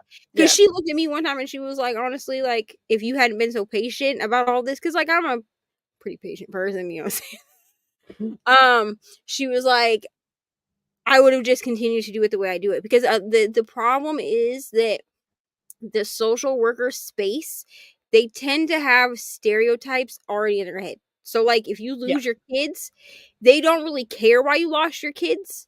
You know what I mean? They're like, oh, she must have been a drug addict. Oh, she must have done this or that or whatever. Which there are a plethora of reasons that someone may lose their children or decide to put their children up for adoption or whatever, that have nothing to do with that they did a horrible thing. But in their head, but they already have like that stereotype or that prejudice of like, oh, this person must be a terrible person. Yeah, well, because my eldest, my 30-year-old, I signed my parental rights away to the state to get him help for his mental health issues because he has A ton of them. One of also being labeled a psychopath. So anyway, I wasn't doing a great job as a parent. I was not coping with all his issues and all the rest of it. So I basically signed him over. And the people at the courthouse and from the department had said they have never actually dealt with anybody. They actually didn't know what to do because none of the people that were on my team had dealt with this. That was always forcibly removed, whereas I had gone to them and like, I need your help. You are the guys that are the only people that are going to be able to help me with this. You know, and because I had my son up until he was 8. And the protocol is different if it's voluntary. Yeah. And none of them had dealt with it before, so they didn't even know like what to do, what to say to me. I'm like, it's okay. This is a decision that I've made. I just need you to make it go smoothly through the courts for me, so it's not dragged out. And because at the time I was 6 months pregnant with my middle child, well, Savannah, my middle daughter. And so like there was a lot of stuff that they just didn't know. That at first they were treating me very hostile, like they were quite hostile towards me and stuff like that. But after a while, they calmed their farm down because I just looked at them. I'm like, you do know that you didn't take the child. I'm here talking to you guys, right? And when I get shitty with someone, I get very sarcastic and I just like get very blunt. And I was like, you don't need to treat me like that. And like there was other things that were going on, like family members tried to get involved and his dad tried to get involved and he wasn't capable of looking after him. He'd just make him 10 times worse. If I hadn't have done what I'd done, I would not know where that child would have ended up being. But he ended up in care, got the help that he needed, and now he has a family of his own and he's quite stable as someone can be with the issues that he has. You know, and he's managing to hold it together. Hates me to no end and calls me every name under the sun, but if that's what he needs to get through the day, that's fine. Yeah. See, and I had this issue because, I mean, I'm really open about it, but like the older kids were taken away. They were like, there were some false allegations made and the state stepped in. That's basically what happened. So they were removed from my care. But when it came time for the actual adoption to happen, I voluntarily signed my rights over because at that point they'd been in care for almost 2 years with the same mom. And I was like, y'all are just like, it sounds callous when I say it, but I was like, y'all are better off to be where you are. Like, there was no reason for me to just like uproot them. Like, yeah, I think it would have been more damaging to them to do that. So I chose to not do that. But my stipulation with the court was that both of the dads had to have their rights stripped. And one of them signed his rights over voluntarily. The other failed to show up in court 3 times. So the state was like, well, you're unfit. Made the decision. And took his rights as well. Which then, of course, like, he cried to me about, they took my rights, blah, blah, blah. And then, like, tried to get me to, like, conspire with him as to like how we could get the rights of the kids back, and I was like, I'm not doing this with you, bro. Like, please get away from me. Thank you so much. Unfortunately, he lives in the same town that I'm from, so occasionally I have to see him, you know what I'm saying, which, like, fine, like, whatever. I didn't see you. Look everywhere else. Oh, sorry, I didn't see you there. Like, cool. I mean, I've definitely like walked right past him, and then like he'll like yell my name. I'll be like, "Oh, hi! I didn't see you there. Like, I saw you. Stupid. I hate you." Anyway, but when it came time to actually sign my rights away, I did that myself. Like, I mean, through a panic attack and everything, but it's fine. So when it came time for Ari to be born, she was born 15 days too early. Basically. So I ended up having not like 15 days too early, like gestationally, but in order for the adoption to have gone through for a whole year, she needed to not be born for another 30 days. So I had a DCF worker like in my room after she was born. And I knew that was going to happen because I knew what the cutoff date was, but obviously you can't stop labor, you know what I mean? So she showed up, bro. And I was very nice to her. Like, I explained things, but you could tell she had not read my file because she kept saying things to me like, so you lost the rights to your kids, right? They were stripped from you. And I said, no, I voluntarily signed my rights over.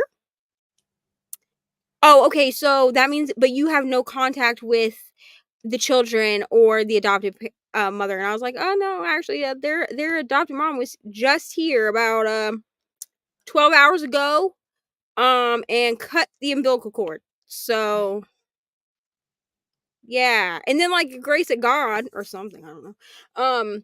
I'm sitting there like talking to this woman, and she's like battering me. You know what I mean? And their mom called me to check in and was like, "How are you doing?" Blah blah. And I was like, "Actually, their mom is calling right now." And so I like answered the phone, like put her on speakerphone, and like to this, like she knows she was on speakerphone, but I was like, "Yes, Aquila, we have Miss Carrie in here from DCF. She's just here to check on the well-being of Ari." And then they left a case on me open for 30 days, and then didn't tell me that they closed it.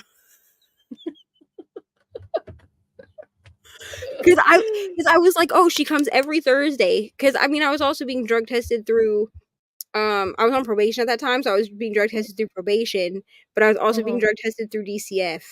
And so I was sitting at my house, and I'm like waiting for this lady, and so I called them about 30 days after the initial thing, and I was like, hi, I was just wondering if this social worker was coming today for my home visit. And they were like, oh no, your case was closed 2 weeks ago. So nice of you to let me know. For informing me. Do you think the person that had the case open on him should have been informed that was happening? Yeah, I think that she just didn't care. Yeah. To be honest, I think that by that point, I think she was really nice to me by the end, like after the first like 2 weeks. But I think that again, she had that prejudice in her brain of like, oh, she's not gonna want to give me a drug test. Oh, she's not gonna comply to this and that. Like, yeah, she was gonna. I think a lot of time gonna make my life hell. Like, and because I complied to everything.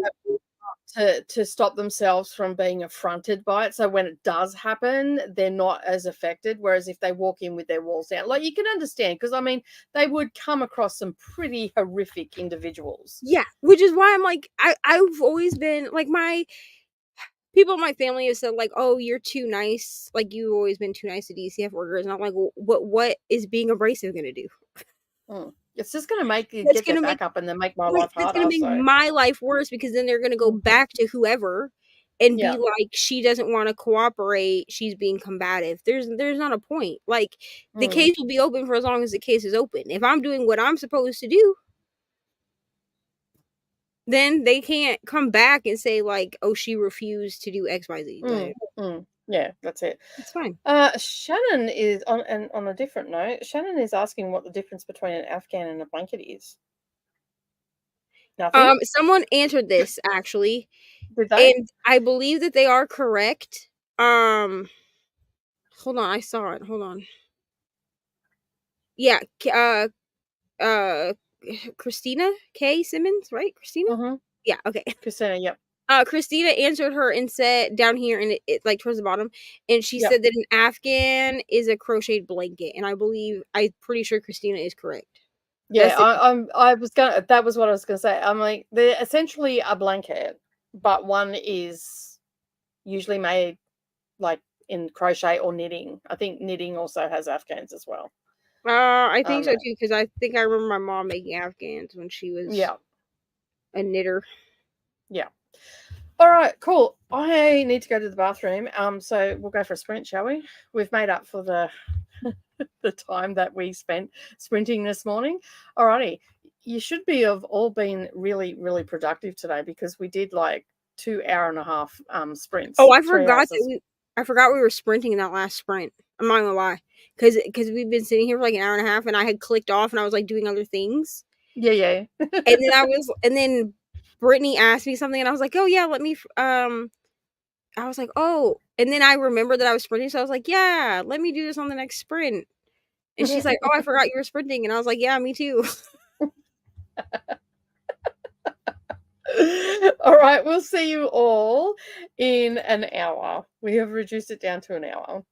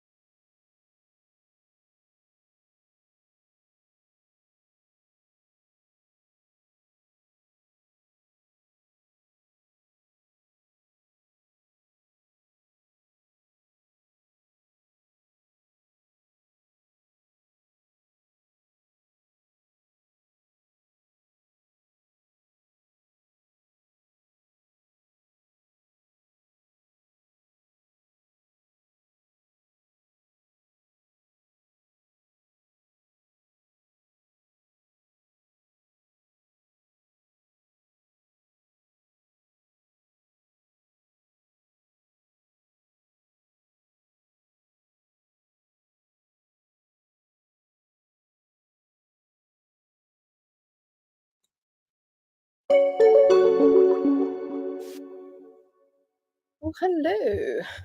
How did everybody go during that sprint? I got another couple chapters read and also text Katie. Well, Voxer to Katie. Listen, first of all, I would just like, she's not here, but I would just like to say thank you to Leandra for bringing Voxer to everyone's attention, okay? Because this, like, leaving the app open and then, like, listening to things in real time, it's like having a conversation with a friend. You know what I mean? Yeah. Anyway, this book is unhinged, okay? It has not got any less unhinged. But I'm 38% through, and I made a sandwich. So, listen, this, like, I forgot how much reading I can get done with my eyeballs if I'm not diamond painting. It's amazing that, hey? I need to find a balance, clearly. But you have been listening to a lot of audiobooks, haven't you, been while you're diamond painting, or have you been watching TV? I've been watching TV. I've only finished, like, I'll tell you, I think I finished 3 books this month. Yeah, but honestly, in my defense, all of the books that I've been reading, because I currently have 8 books on here. So I completely forgot that I'm supposed to be listening to If We Were Villains. Totally just forgot about it. And then I was reading my mid-month check-in from last week, because I'm gonna type up a new one now that I can, like, do things from Instagram on my computer. I'm gonna type up a new one. Completely forgot that I was supposed to be reading that. So that's just been sitting at 12% since the 12th. It's fine. And then the only other one that I have right now that's The Eye of the World. I'm not gonna lie to you. I don't think this is the time for me to be reading this series. I want to, I just don't care. That's fair enough. Like, and it's I a know, big commitment, and like everybody, you know, you might get the first one, but then you're not going to get to the second one. Then you're going to have to reread the first one because you've forgotten of what it. So you're better off waiting until you can commit to one a month. I feel like, I mean, Harry Potter I'm gonna do, but Harry Potter is easy. Like, no offense to anybody that's ever read Harry Potter, but, like, Harry Potter is easy, and I can do that as audios. So I'll be doing, plus I've already decided that while listening to Harry Potter, I have a Harry Potter diamond painting I'm gonna be working on, so that'll be, like, fun. You know what I mean? I'm not really in a high fantasy era.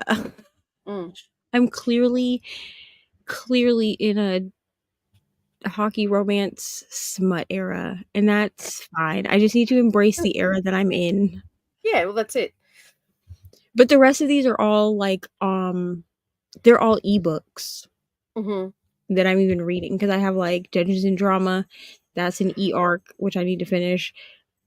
Love It First Set, I am technically doing as an audio, but I listen to that when I walk to and from to get Ari from school. So that's kind of, like, reserved for that.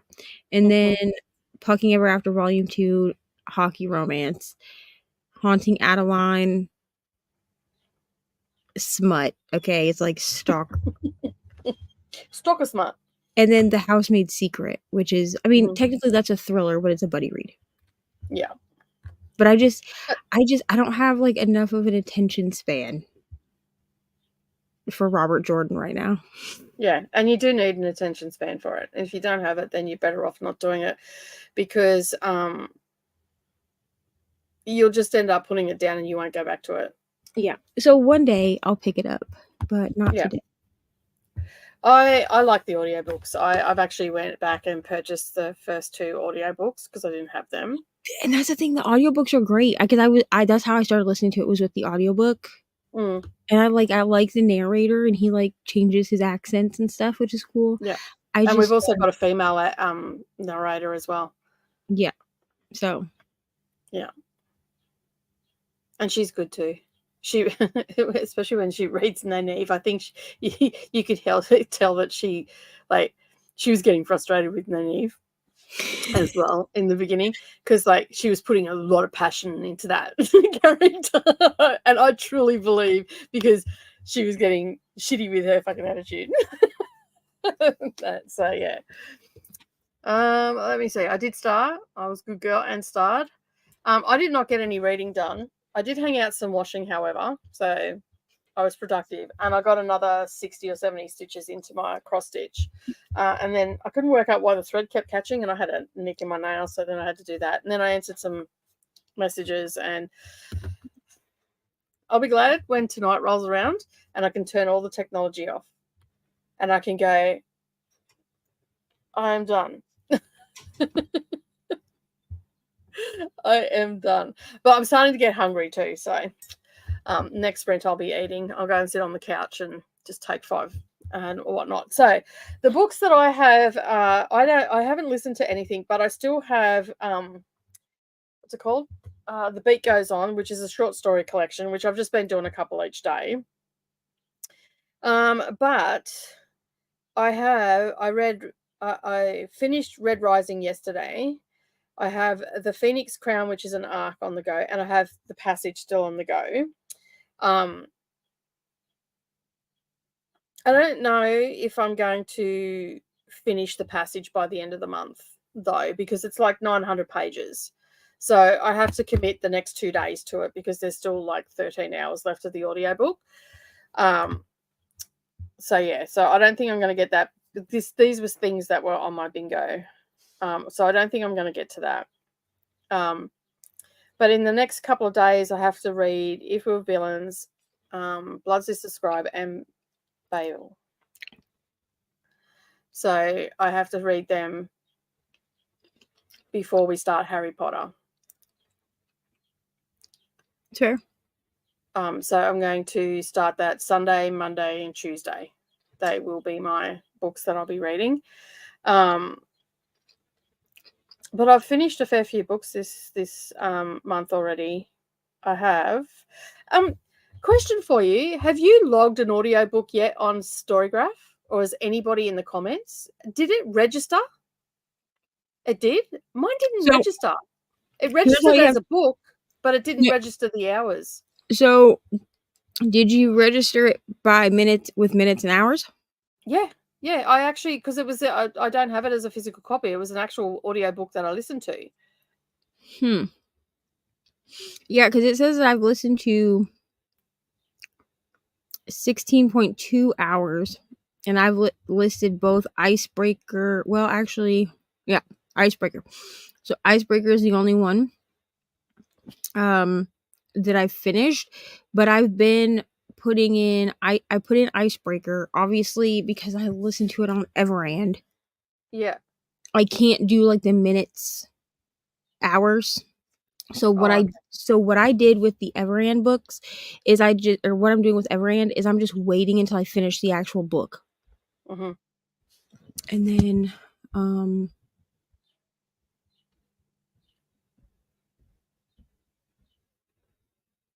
yeah, because the only other one I put in was If We Were Villains. Which I did. So it has to be all in minutes, does it? Yeah, because If We Were Villains, I actually started listening to that as on Libby. So I was able to, but then my Libby hold expired because I forgot I was listening to it. So, and on Libby, you get the minutes and the hours. You can put that in. But then when I switched over to the Everand, I just stopped putting it in until I was done with the book. Because I logged it how it asks you to, like when you, on Storygraph, when you put it in and you've read some, it asks you how many hours, because it has hours and minutes. So I logged that. Yeah. But do you have to just put it in as minutes? Yeah. So, okay. So, like, if you haven't listened to any hours, right? So, if you've only listened to, say, 15 minutes of the book, yep, then I just put 0015. Yep. Yeah. But it should still log it for you. Well, because I filled it out because it was 16 hours or whatever.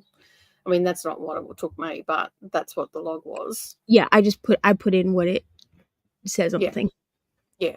So it was 100%, and it registered that it was 100%, and then I changed it from reading to read, and it updated the book in my list of books that I've read, but it didn't update on the hours.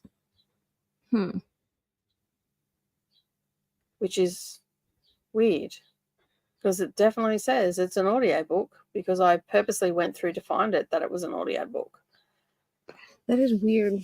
Yeah, because I haven't had any issues with it not logging. I mean, I will say that the hours goal thing is new to 2024. So there might be some bugs that they need to work out for that, because they've always had the pages and the reading goal for us, the books goal. Yeah. So I'm wondering if maybe there's a bug or something with that. But as of right now, I'm pretty sure that my minutes are up where they're supposed to be. Okay, cool. Yeah, because like I read it all yesterday, because I was doing housework and stuff like that, and doing a few things and whatnot. As I said, I was a bit confused when we had horses on Mars. I'm like, what? I don't understand. That would definitely warranted me going back. I've not played with it recently. I don't have a smartphone and do everything on Chromebook. I have not really used Instagram much. You can do everything on there now. It's been great because I forget to post things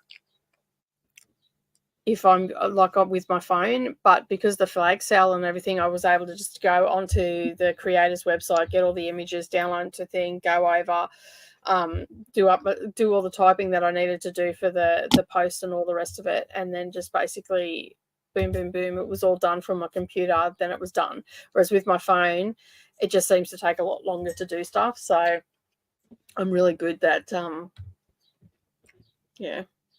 I'm guessing ML was saying that she doesn't want to go to school either.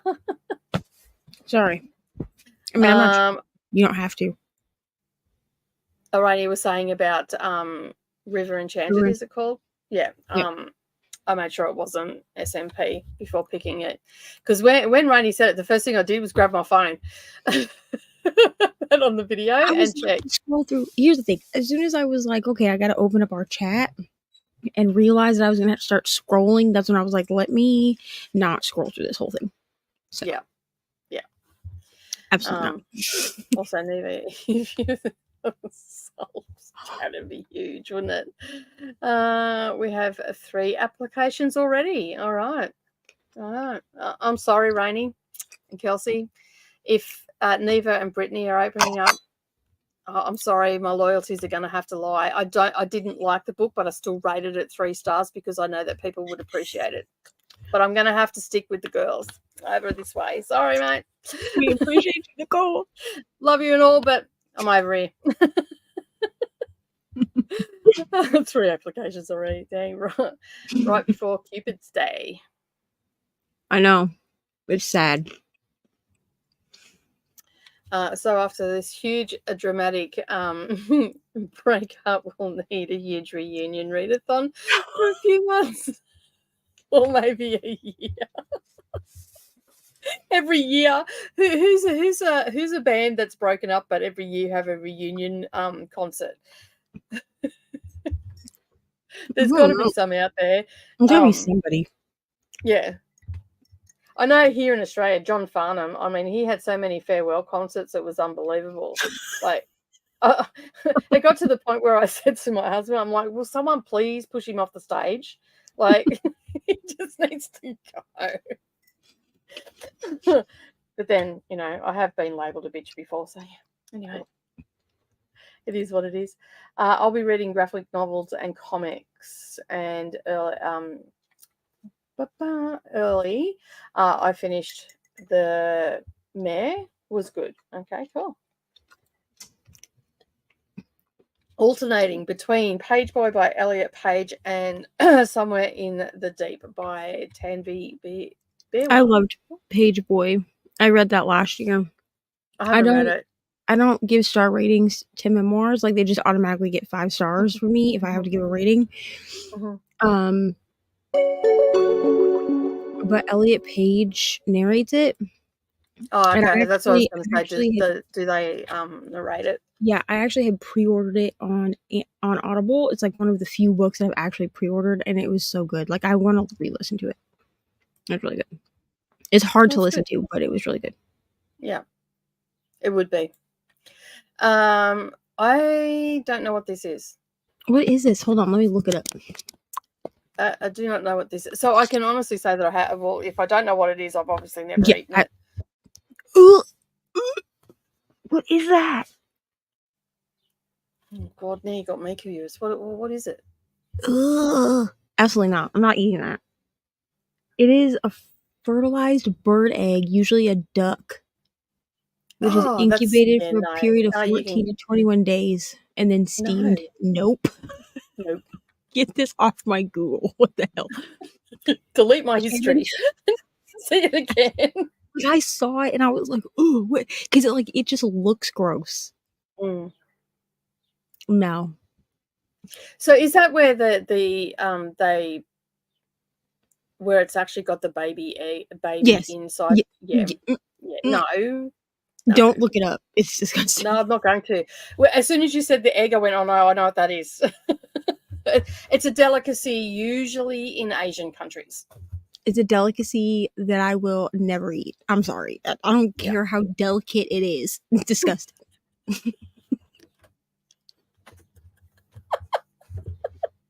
You can keep your delicate.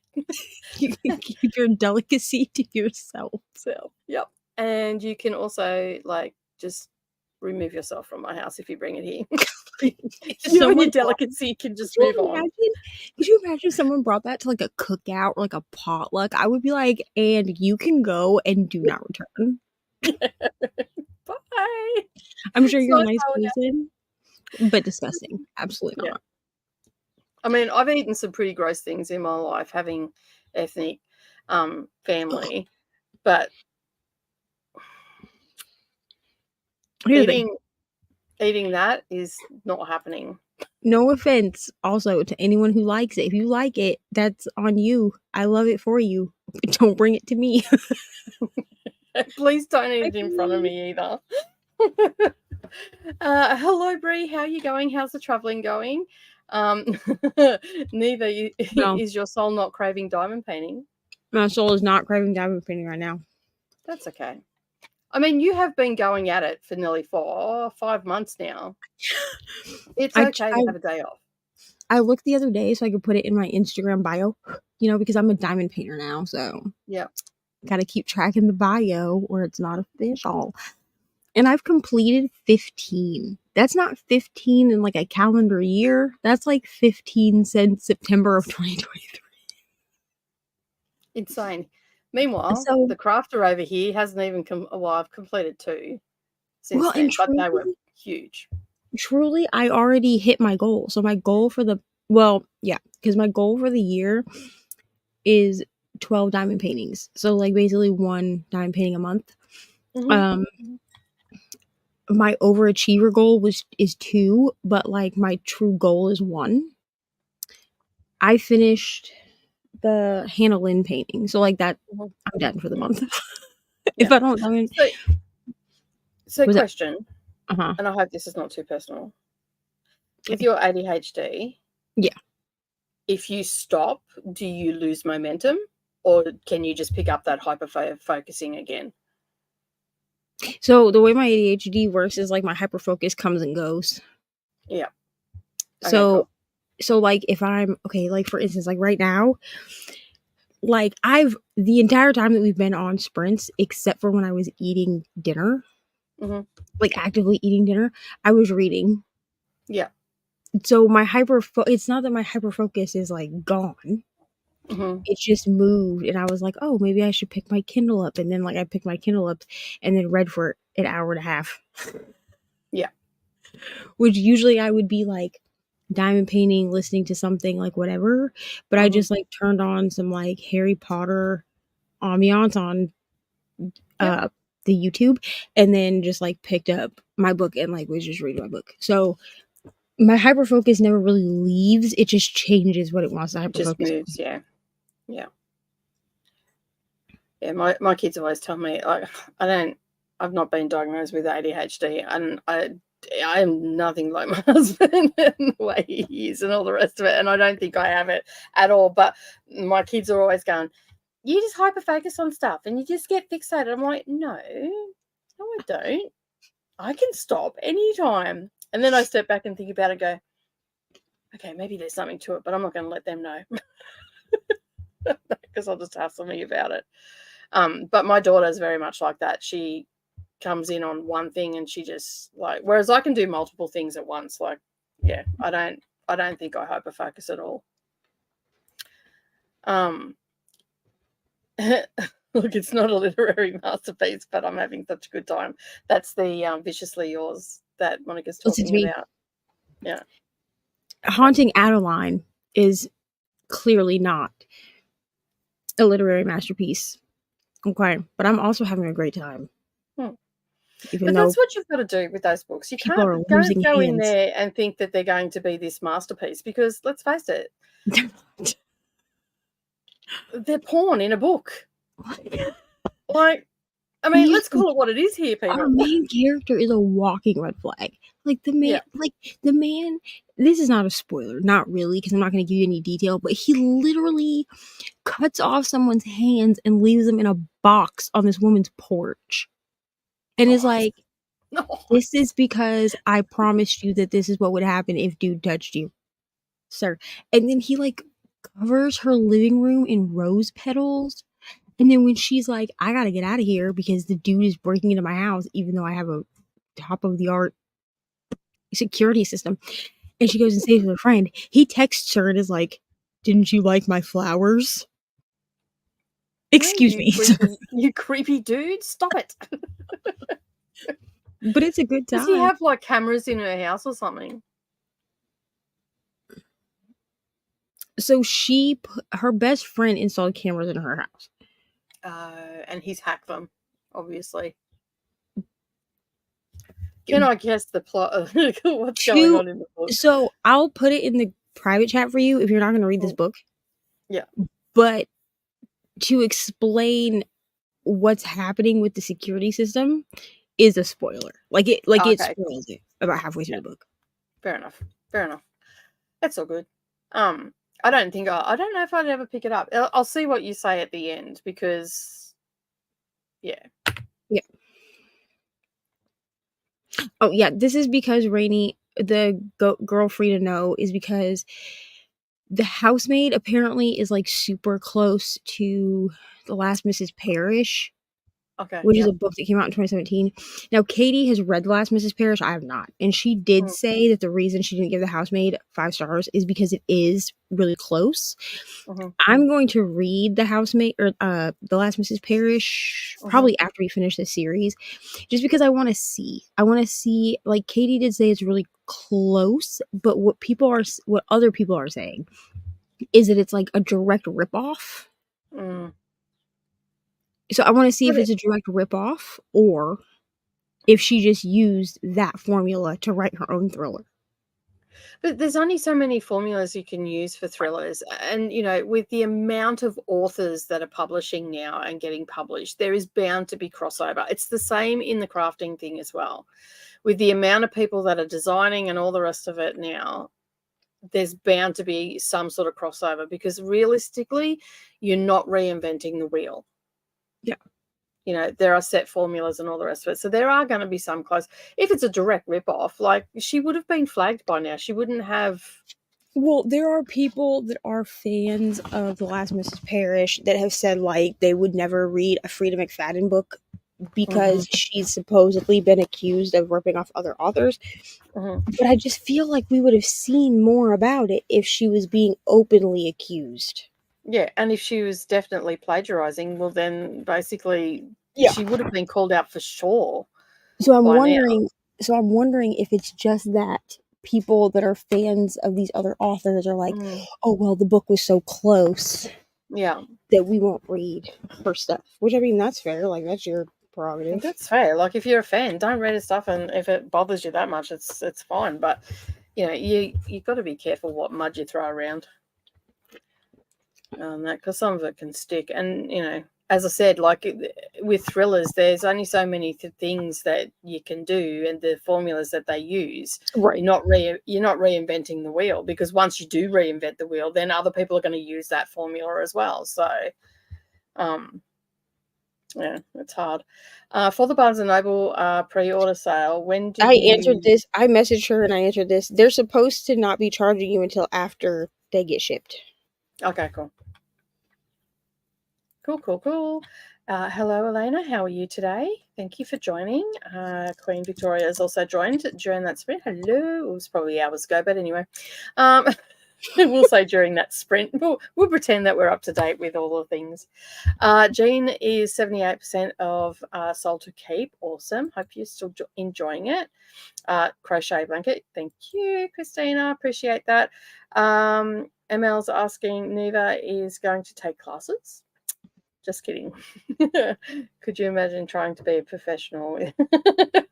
How would ML go with you in their class? I'd probably have to wear a mask or something so she couldn't see me. I feel like we would just make jokes the entire time, and then nobody would get them. They would be like, "We've learned nothing." Yeah, these are inside jokes. Hello, Elena. And I'm good. And how are you going? How are you, Neva? How's your back going? I didn't ask this morning because I was in such a... Oh, my back is good. You know what I'm saying? Yep. My back is hanging in there, so thank God. I had a bit of a twinge this morning, but I kind of chalked that up to I did work last night. But I've been able to walk back and forth to Ari's school. Yeah, and that's been helping. So, yeah, so that tells me that my back is better because when it first started hurting, I was walking ramrod straight. It literally looked like I had a stick up my rear end. That's because it hurt to slink down or anything like that. So yeah, so it's feeling better, thank God, and I can reach my arm up like this. Oh, that's good. That's the downhill slide of being in pain when you're able to do that. That's my indicator if my back goes. If I can't lift my arms, I'm not good until I can do this. Unfortunately, I have to unfortunately I have to be able to lift my arms to do things at work. So Alana got some books yesterday from an open bookstore, and it's huge. That's awesome. Nice.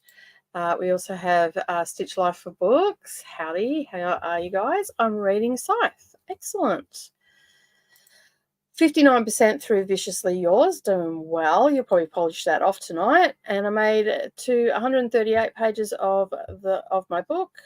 So that's awesome. Everyone's making good progress. I am making none through any of my books. I was doing the mandatory training modules for school, the code of conduct stuff. Code of conduct stuff is always such a drag. And most of the stuff anyway because it's just common sense, but it's still a drag. Lynn's read 22. I will get the number right in a second. 23 pages. How long was our first sprint? Because that's how long my walk was. It was 90 minutes, the first sprint.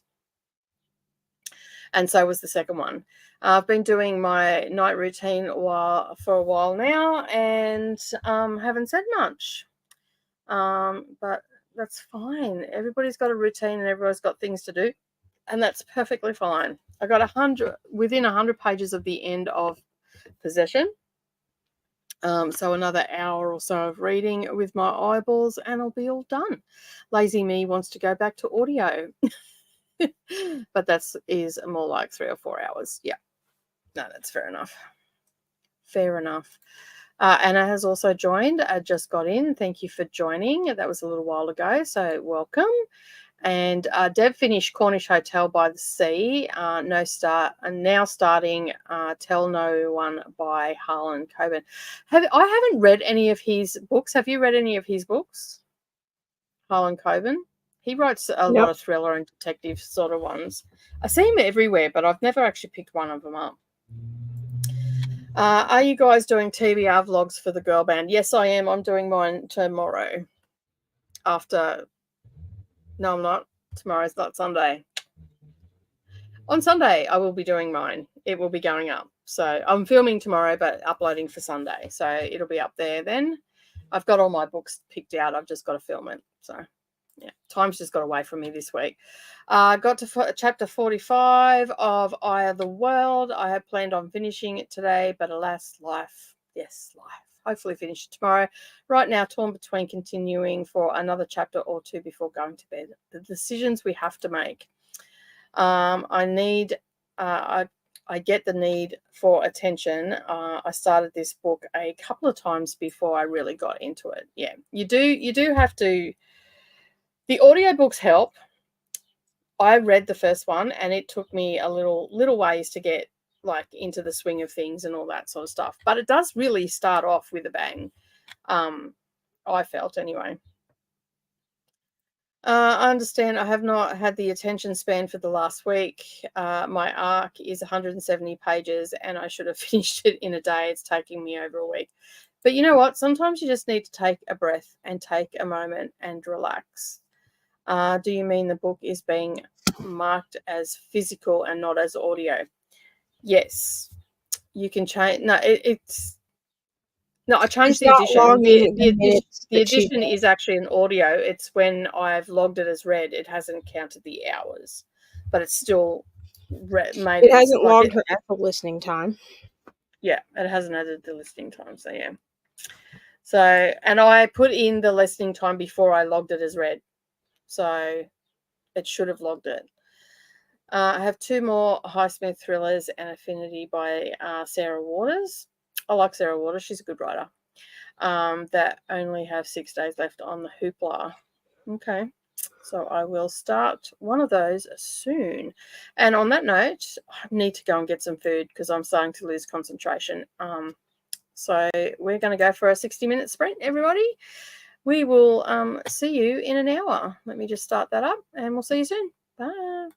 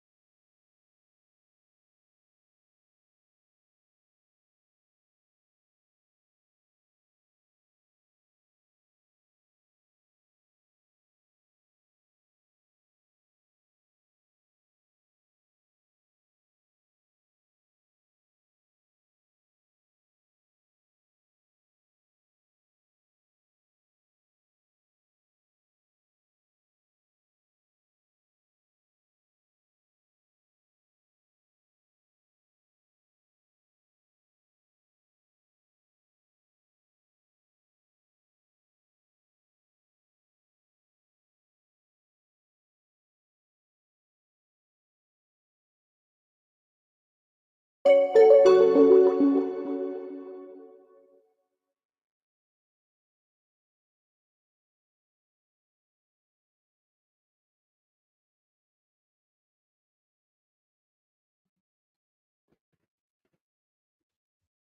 hello. How is everybody?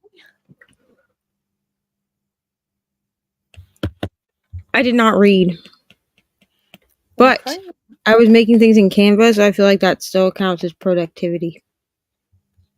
Yeah, that's it. I had a question from Jean. Mm-hmm. Let me just find it. No, wrong section. Wrong social media. Jane was asking about what is it? Where did it go? About Reni's book. What about her book? For the readathon? Yeah, what about it? You got that question? No. Oh, okay. She was going to start with it, but she wasn't sure whether she can start with it or whether she's got to read. So Reni is on Team Spice Girls. So unless you're on Team Spice Girls, you have to read 4 of your own prompts. Yeah. Before you read another team's book.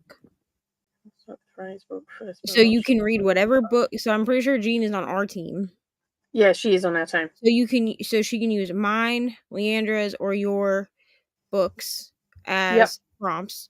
But you have to read 4 of your team prompts before you steal a team book. Yeah.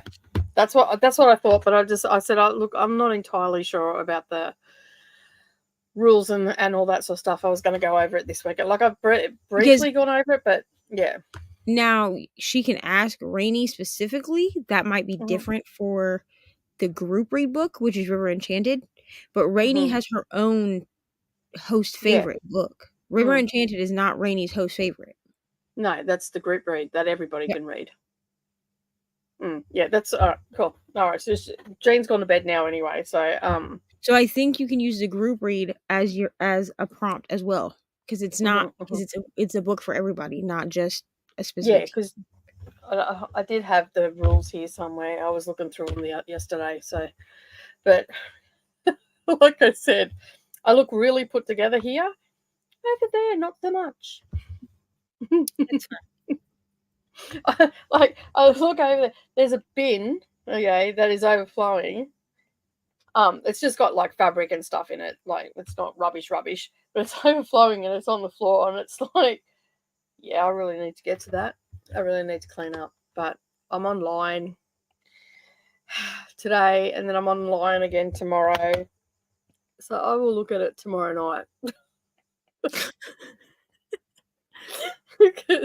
Or Sunday. As long as this area where I film stays neat and tidy, I don't care about anywhere else right now. I mean, it's just because I've been creating and making stuff and all that sort of stuff, that's all. And when you get into the throes of making stuff, you just don't end up putting stuff away because you'd spend more time putting stuff away than actually getting stuff done. Yeah. Hello, we'll be diamond painting and crocheting tonight. That was Anne at 2:30. We're now at 4 o'clock. So hello, Anne. Hopefully you're still here.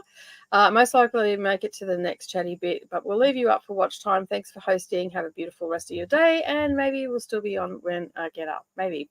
I don't think so. Not today. I've actually got to go out this afternoon. It's a public holiday here, so I definitely will be signing off around, well, after the next sprint. Basically, the next sprint will be the last sprint because, yeah, public holiday, Australia Day, all that sort of thing. Not that we celebrate Australia Day because it's such an iffy topic here. We're not as patriotic or diehard patriotic here, and there's a lot of political stuff around the Indigenous people of our country, and they call it Invasion Day. They don't call it Australia Day, and it's just a very hot topic. So I've never actually celebrated Australia Day, but it is a public holiday and we do go out and do stuff, so like dinner or whatever. Sometimes we don't, just depends. I don't actually form. I think in the 5 or 6 years that I've been on social media consistently, I think there's only been maybe 3 or 4 times that I've acknowledged it. But other than that, no, not much, so much. Don't want to do school tomorrow either, but it's the last day for midwinter break. Enjoyed Icebreaker. For the record, it seems to be one of the few books Brittany and I both enjoy. Well, I know what Brittany gave it, but I'm not going to say because I know she's doing a vlog. I personally I give it 5 stars. So so good. It was just so good, honestly. I mean, I had some laugh out loud moments in it, like I was reading it and I had a bit of a chuckle to myself. But yeah, I still only rated it 3 stars. I was harsh.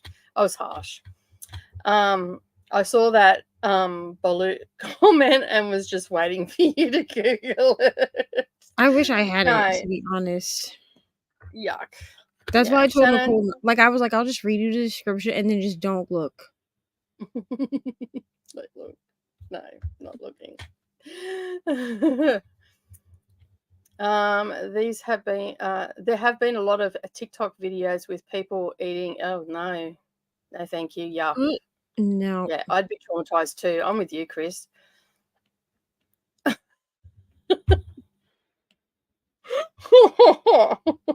Christina says, seriously, people eat that? I lost my shish when I went to make an egg and it for my eldest. Nope. I would not even look at the eggs for months. Yeah. So I grew up like it was people that had farms. Like I know how to milk a cow. And like you eat fresh eggs when you grow up around farmland.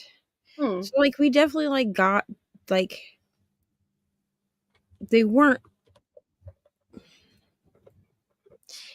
fully fertilized, but like when you get like fresh eggs from the farm, like they're not like through the grocery store, you can like crack them open and they'll have like red in them, if you understand what I'm saying. And it's gross, you know what I mean? Like you throw it away and you start over. But like to make the conscious choice to eat a fertilized egg. Yeah, because that's the thing is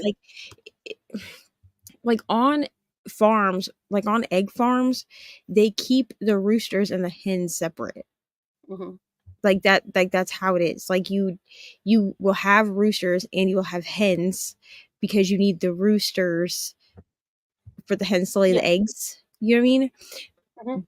But they're only together at certain times of the year. And then your hens produce eggs. And yes, sometimes they can have like extra shit in them they're not supposed to have in them. Yeah. But like to purposely allow the egg to fertilize and then you steam it? Absolutely not. Absolutely not. Like you're making a conscious choice to eat that. Which I get it. I know some people will be like, well, you eat meat. Yes, I do. But like I don't. It's not looking back at me when I eat it. Like it's not looking back at me. Like, and this is yeah. And in order to eat a balut or however the hell you say that, I don't even know how to say it, but however you say it, like I saw the pictures. Like there's no way to get around what it is. Like it's not like it looks like a hard boiled egg. No, it's on the point of hatching. And truthfully, the reason that I told Nicole not to look is because there were pictures of like people not eating it, but like getting ready to. And that's what like skeezed me out because that was the first thing I saw. Like if I had just seen.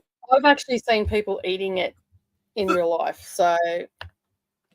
Absolutely not. And you know that they display that because, like, yeah, no. But also, I love how we went into this so innocently. I didn't know what it was called though. Like, I had no idea what it was called. Yeah, I just love how we went into this so innocently, and we're like, we've never even heard of this. I have no idea. And then I looked at it, and I was like, absolutely not. I was expecting it to be like Turkish delight or something. Oh, it's a long way from Turkish delight. But you know what I mean? What is I'm scared to look it up. Okay, I'll look it up. It's fine. That's all right. I'll do this one. You did the last one. Okay. I just gotta my We're just out here traumatizing ourselves on live. Carefully. Oh, okay. So is that like it's a traditional Japanese food made from whole soybeans and have been fermented.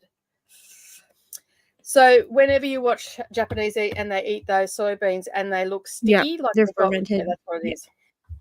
Yeah. I mean, that's I've better eaten than that. that shit that I just looked at. Yeah, that. This is food. That is not. That is poison. That is food poison waiting to happen. So yeah.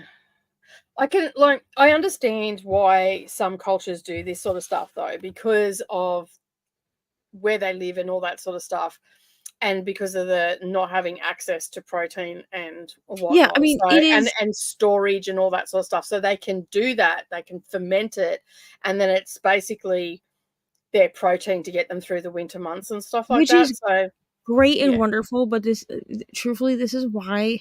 So this thing is also stupid, but this is why it irritates me so much on 90 Day Fiance when people don't do any research. Like the Americans, they don't do any research, and then they go over to these other countries, and then they act like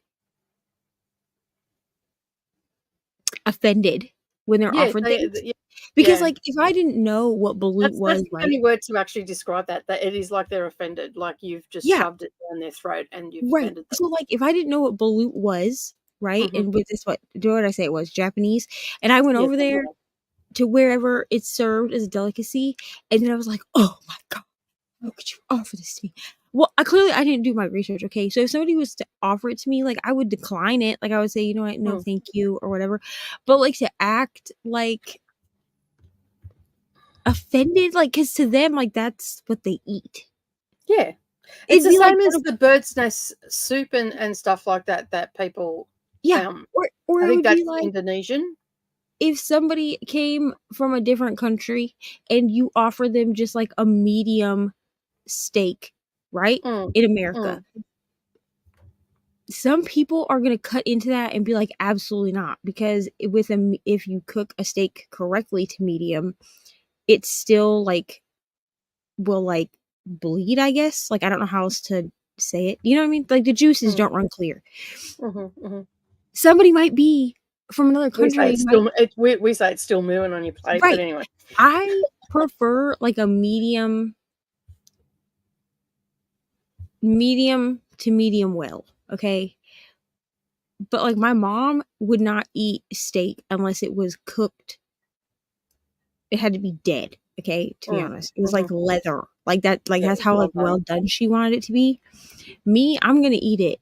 Like I was eating a steak the other day, and the kids were like, "Ew, why are you eating that?" And I was like, "It's fine. It's not gonna hurt you." But you know what I mean? It's just so weird to me. So balut is commonly eaten in the Philippines, Colombia, Vietnam, and the term actually comes from the Filipino language. Okay, the Philippines, like Filipino people, I know for a fact because I've been around, like living in Florida, you're around a lot of Filipino people. First of all, like Americans are super offended by Filipinos anyway because Filipinos traditionally eat with their hands. They don't use knives and like they don't use silverware, right? Because they eat like sticky rice and they use the sticky rice basically to pack everything else together. So their meat, their vegetable, whatever. But like in the Philippines, like if you're not rich, dude, that's what you have to eat. Yeah. That's exactly right. So I'm just looking at in Dubai, you actually aren't allowed. It's listed as prohibited and a restricted item. It's not illegal in the US because they aren't considered pets. Interesting. So there you go. Learn something new every day. I'm traumatized. I did not eat it. I could never watch someone else eat it either. Yeah, no. I bought my light bulb, so now I can crochet. That was Jane when she was still awake. People will eat and drink anything to get views. Last year, it was people drinking. I don't even know how to pronounce that. Gomutra? What the hell is that? Shannon, what are you doing to us, mate? Oh, God. Don't look it up. Don't look it up. I don't even want to tell you what it is. What is it? It's cow urine.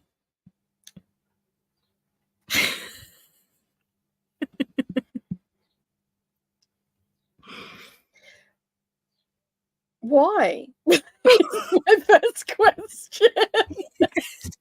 It says it has a sacred role in Zoroastrianism and some forms of Hinduism. Yeah. Well, I know that cows are sacred there, but yeah, okay. What are the effects of drinking? I'm sorry, I don't care how sacred an animal is. I think it would be gamucha is how you would pronounce it, because kombucha is also an Indian word, I think. Yeah, but kombucha my husband's here. I can hear his truck out there clanging around. According to Ayurvedic medicine, it can cure leprosy, fevers, peptic ulcers, liver ailments, kidney disorders, asthma, certain allergies, psoriasis, anemia, and even cancer. Okay, well, you better give me that shit through an IV because I'm not drinking it. Yeah. That's interesting. Interesting. How did I go? Look, I pronounced all those weird medical names, but I can't pronounce titles of books. Listen to me, okay? I don't care how sacred an animal is. I'm not drinking their pee. No. Shannon, get off Google and stop looking up disgusting stuff. Grossing us out. I thought it was bad enough when kids were eating Tide Pods, okay? Nicole says, distance in that book, the MC Keller unveiled the female main character, Cyana's ex-boyfriend, for her, so she didn't have to deal with anyone because he was extremely dangerous guy. Sorry for the spoilers. I don't know what book this is for. I have no idea what book that's for either. So, spoil away. Has anybody read Children of Time? It was given to me at Christmas, and the giver said it was the best book they read last year. However, it's a hard slog for me. I've only a third. I have no idea what this is. Sorry, Lois, don't know what that is. I've not heard of it either. It is my husband out there clanging around. I thought it was. He's a very noisy bugger when he comes home. The one I hear the most about Freda McFadden plagiarized is I've heard it Yeah. from other people other than Reni. I think Reni talks about it a lot because at one point she was going to do some kind of a vlog or something around it. But I heard about it before I heard it from Reni. It just seems to be only like a small niche of people. You see what I'm saying? And so I feel like if it was like direct plagiarism, yeah, more people would be talking about it. Yeah, a lot more mainstream people would be talking about it. It wouldn't just be a select few people. So there's probably as you said, she's probably used the same formula as this other person has. And so here's the thing. To be honest with y'all, it reminds me of the Carly whatever book it is. Like it happened one summer after or some shit. I don't remember what the book is, but it's called by like Carly Fontaine or Carly Fontuna. I don't remember what the hell her name is, but it's a love story about two people that met during a summer and then they make like a pact to come back every summer for 5 years or whatever. The premise of this book is very similar to the Colleen Hoover book, November 9. Colleen Hoover stands, or cohorts, as they are called. Or as I like to call them, get a life. Let that sink in. Claim that Carly, whatever her name is, stole the whole premise, and they were like, this seems like a very familiar book. Okay.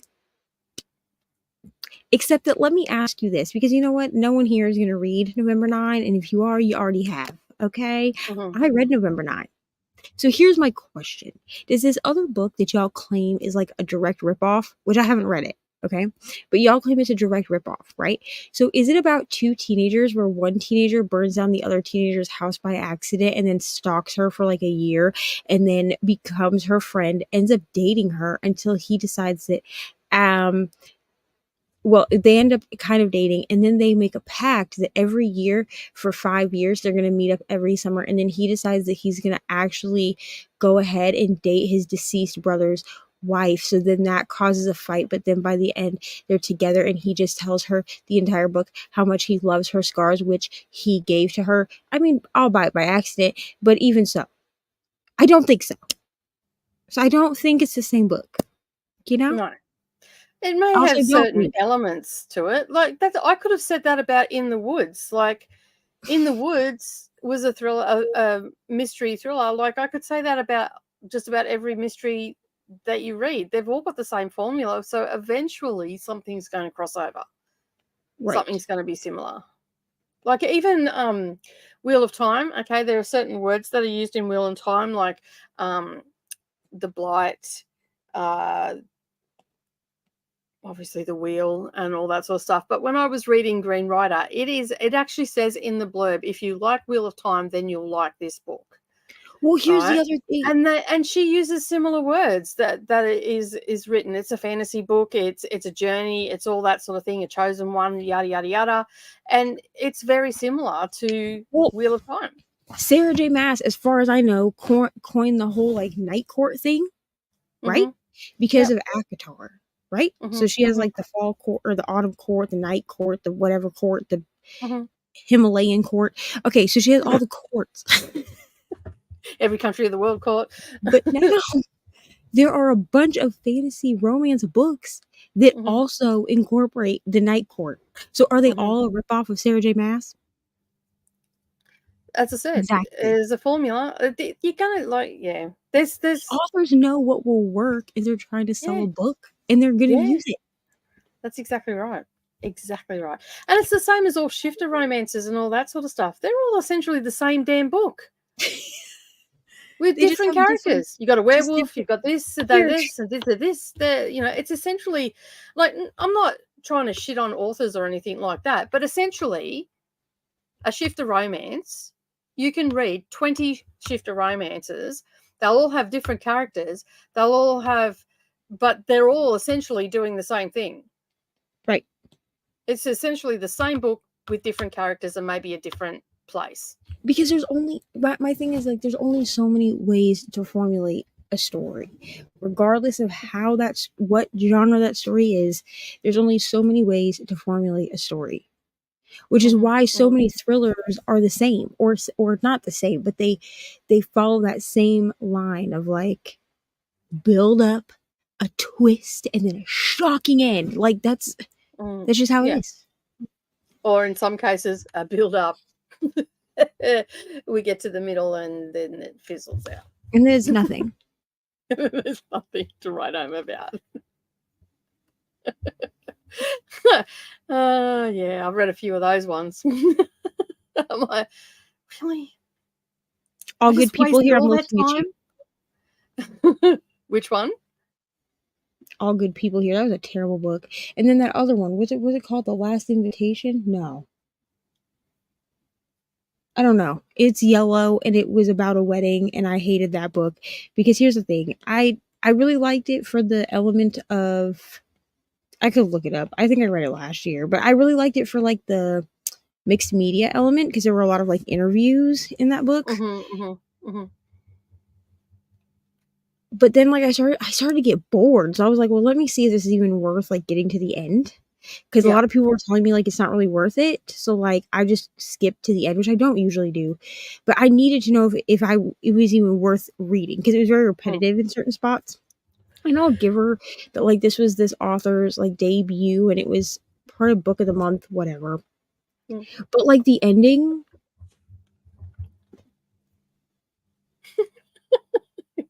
You dropped your diamond painting pen, so I know it was pretty bad. The ending just pissed me off, to be honest with you.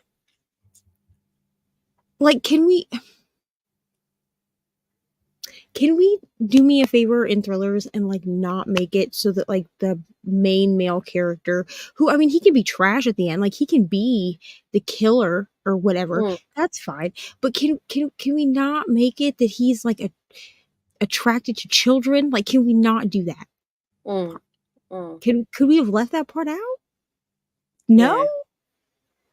I don't understand why people would want to write that. Like, as an author, I don't understand why you would want to write that in. Like, as I said to you the other day, when I was reading Knotted, the two main characters, the book started out when they were 16 and 17, and a very traumatic thing happened. And I'm like, as I was reading it, I'm like, I don't think I should be reading this and that. So I looked up the synopsis and I'm like, okay, so this is just like the start of the story. Well, holy crapola, that took a bloody turn, I tell you. Right. It was real dark and that. But I when I was reading it, I'm like, what is wrong with this author to write this? Like, and like, don't get me wrong, like I read, what was it, The Sinner? I read that, and there are flashback scenes in that of the main male character, what is her name, Ellie, I think, of her experiencing like childhood SA, like, but it's a trigger warning that you're gonna get that. Like, it's in the trigger warning list that's in the book, like not the extended trigger warning list, but the one that's actually in the book says like flashbacks. See if there was any trigger warnings in that, because I don't read trigger warnings. So, but I'm not going to get online and trash out the book because I didn't read the trigger warnings. At the time when I was reading it, I picked up the synopsis and went, oh, okay, because it goes, a few years in like they're still in their young. I think they were early 20s when everything went down. I mean, at the end of the day, by the time I got to the end of the book, the whole bloody plot line was just far-fetched, and in all actuality, I'll be reading it. We learned when I read Pucking Around that I read the trigger warnings and then promptly forget what they are. Because the one issue that I had with Pucking Around, where I was like, wow, I wish we would have got a trigger warning for that. I literally ate my words on live stream when I started reading the trigger warnings out loud on live stream. There was like, oh, I guess this thing that bothered me, that made me kind of a little sick for a second, I guess that thing was trigger warned. I just promptly forgot. Because we like to torture ourselves. The shock value. And a lot of times, like, I don't even bother reading them because I don't usually have a problem with anything that I'm reading. And at the end of the day, the story was okay. I mean, it wasn't anything to write home about, but it did make me question the author. Like, what is wrong with you? Why are you writing this? Right. Like, that is one traumatic way to we talked about this behind the scenes. But like that was pretty full on. And like, even the male main character, he was a little bit dodgy. Even at 17, he was a bit dodgy. I can assure you that if someone said that to me at 16, I would have looked at them and went, hell no, I'm out of here. See you later. There would have been no way I would have been sticking around for it. So no, it's the first one. Okay, cool. Really enjoyed Stranger by Harlan Coben. It was a good mystery. There's also a Netflix story. Awesome. I finished maybe 5 to 7 Harlan Coben books. I might have liked them more had I read them in order, but they were good. Awesome. I just see them around a lot. So yeah. I'm going to the bed at the end of this chatty bit. I need to be on camera for Zoom at 8 a.m. So good night. It really started out great, Nicole. But I tried just the physical and then the audio. I have to do time. Yeah, that's what I figured it was.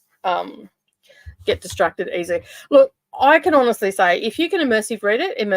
If you can't immersive read it, the audio is great because you've got the two narrators. I think that they do a great job.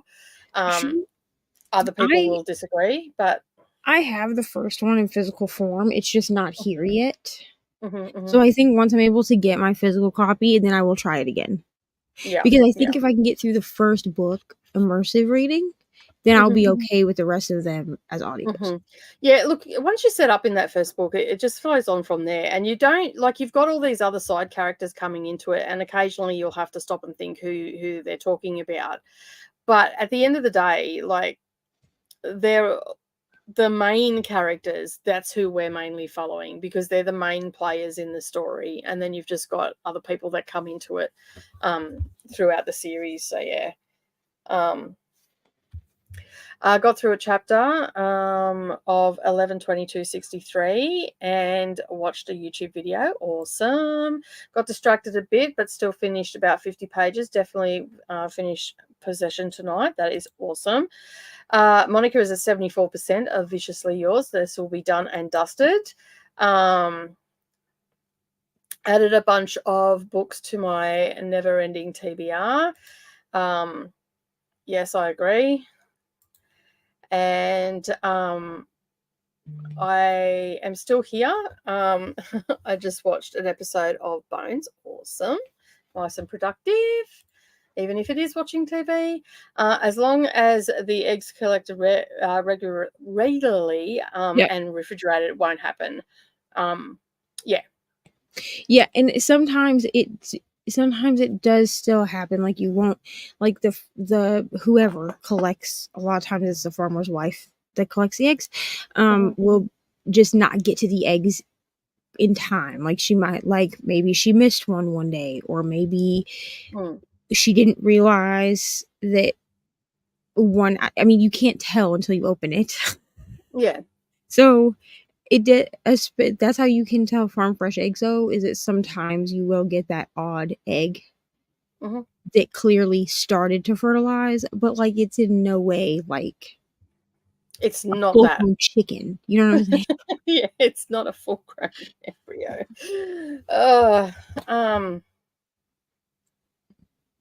Yes, that's exactly right, and it's still the same today, because they still it's not actually in a lot of, like, in some of the other Asian countries that I didn't mention, it is a delicacy, and it's generally only done in restaurants and stuff like that. But in the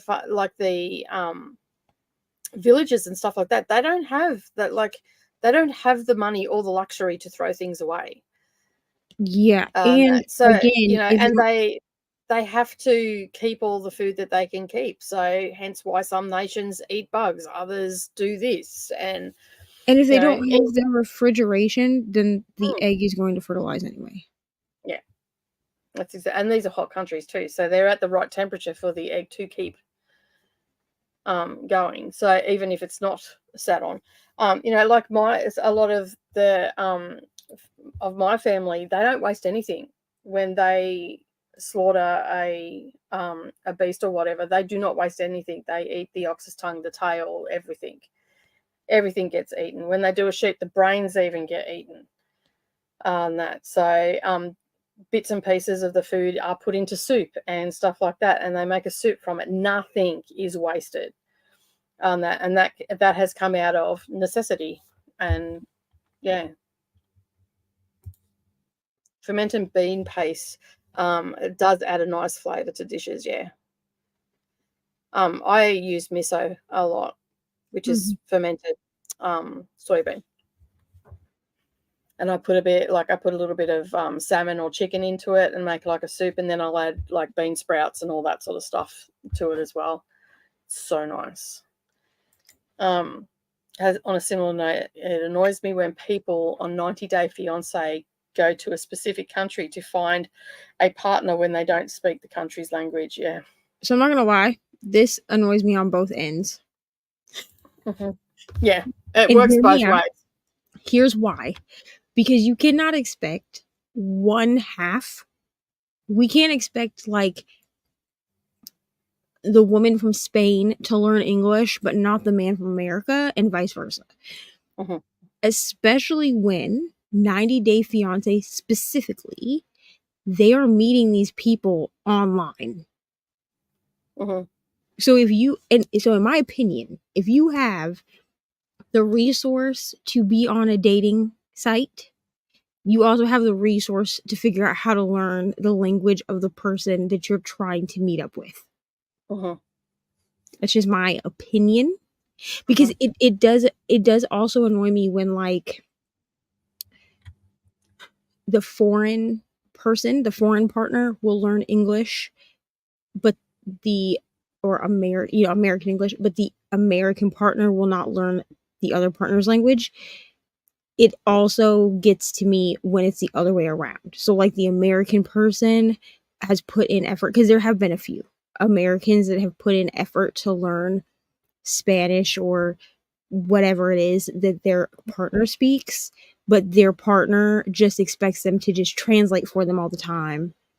Instead of there's a couple right now that's on 90 Day. She's trying kind of now. But when she first came over, she knew she would understand English, but she couldn't speak it really at all. So she would get angry at him. He learned her, I don't remember where she's from, but he learned her language, and she would get angry at him for not translating correctly. Which then I'm like, okay, but learn English then? I don't like. Yeah. So this irks me, but from both ends, from both sides. Yeah. My grandmother's been here since 1955, and she still speaks broken English. But here's the thing: but broken English is better than none.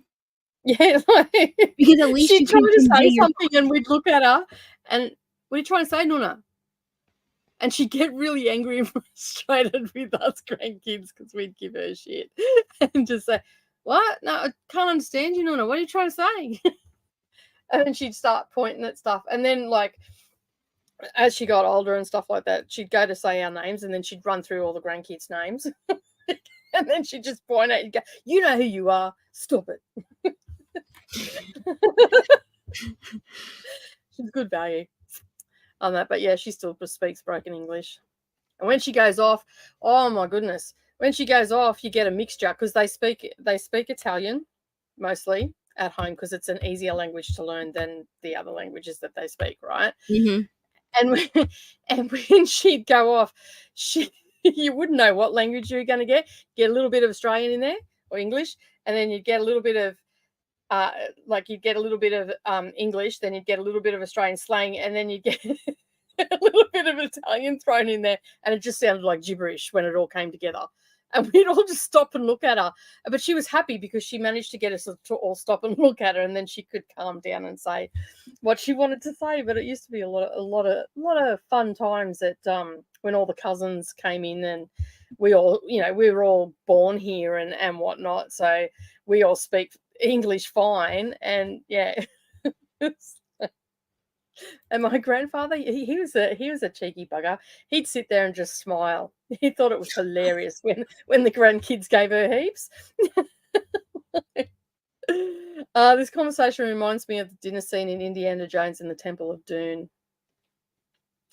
Oh my God! When did that movie come out? Because I seen that at the Picture Theatre, and it came out. I'm pretty sure in the 80s, because so they're all on Disney Plus, and Ari asked me one day if she could watch them, and I was like, I mean, I guess. Like, I don't think you're gonna like them. She can watch them, and then I'm like, I was like watching it with her, and I was like, because I've seen them all, like not in the theater, but like I've seen them all, and I was like, when did this movie come out? Because like I'm watching like the special effects, and I was like, this is terrible. Like. That's like when I was watching Melrose the other day, because after our conversation with Coda the other night, I thought, everyone said that Melrose on. I was like, it's probably not in Australia, but it was there. And I started watching it, and I'm like, I think I texted the group chat and went, oh my God, I forgot about the inappropriate relationship between Kelly and Jake in the first season, in the first couple of episodes. Yeah, Temple of Doom came out in 1984. Yeah. But yeah, when I go back and rewatch certain shows, I also will forget about things. Like One Tree Hill, there's like a whole like pregnancy storyline that I forget about every time until I go watch it. And then I'm like, oh my God, I forgot this was in here. The only plot lines that I ever remember are from like Gilmore Girls, because I watch that like every single year. But then these other like comfort shows that I just like turn on randomly, I'm like, why? What? I don't remember this part.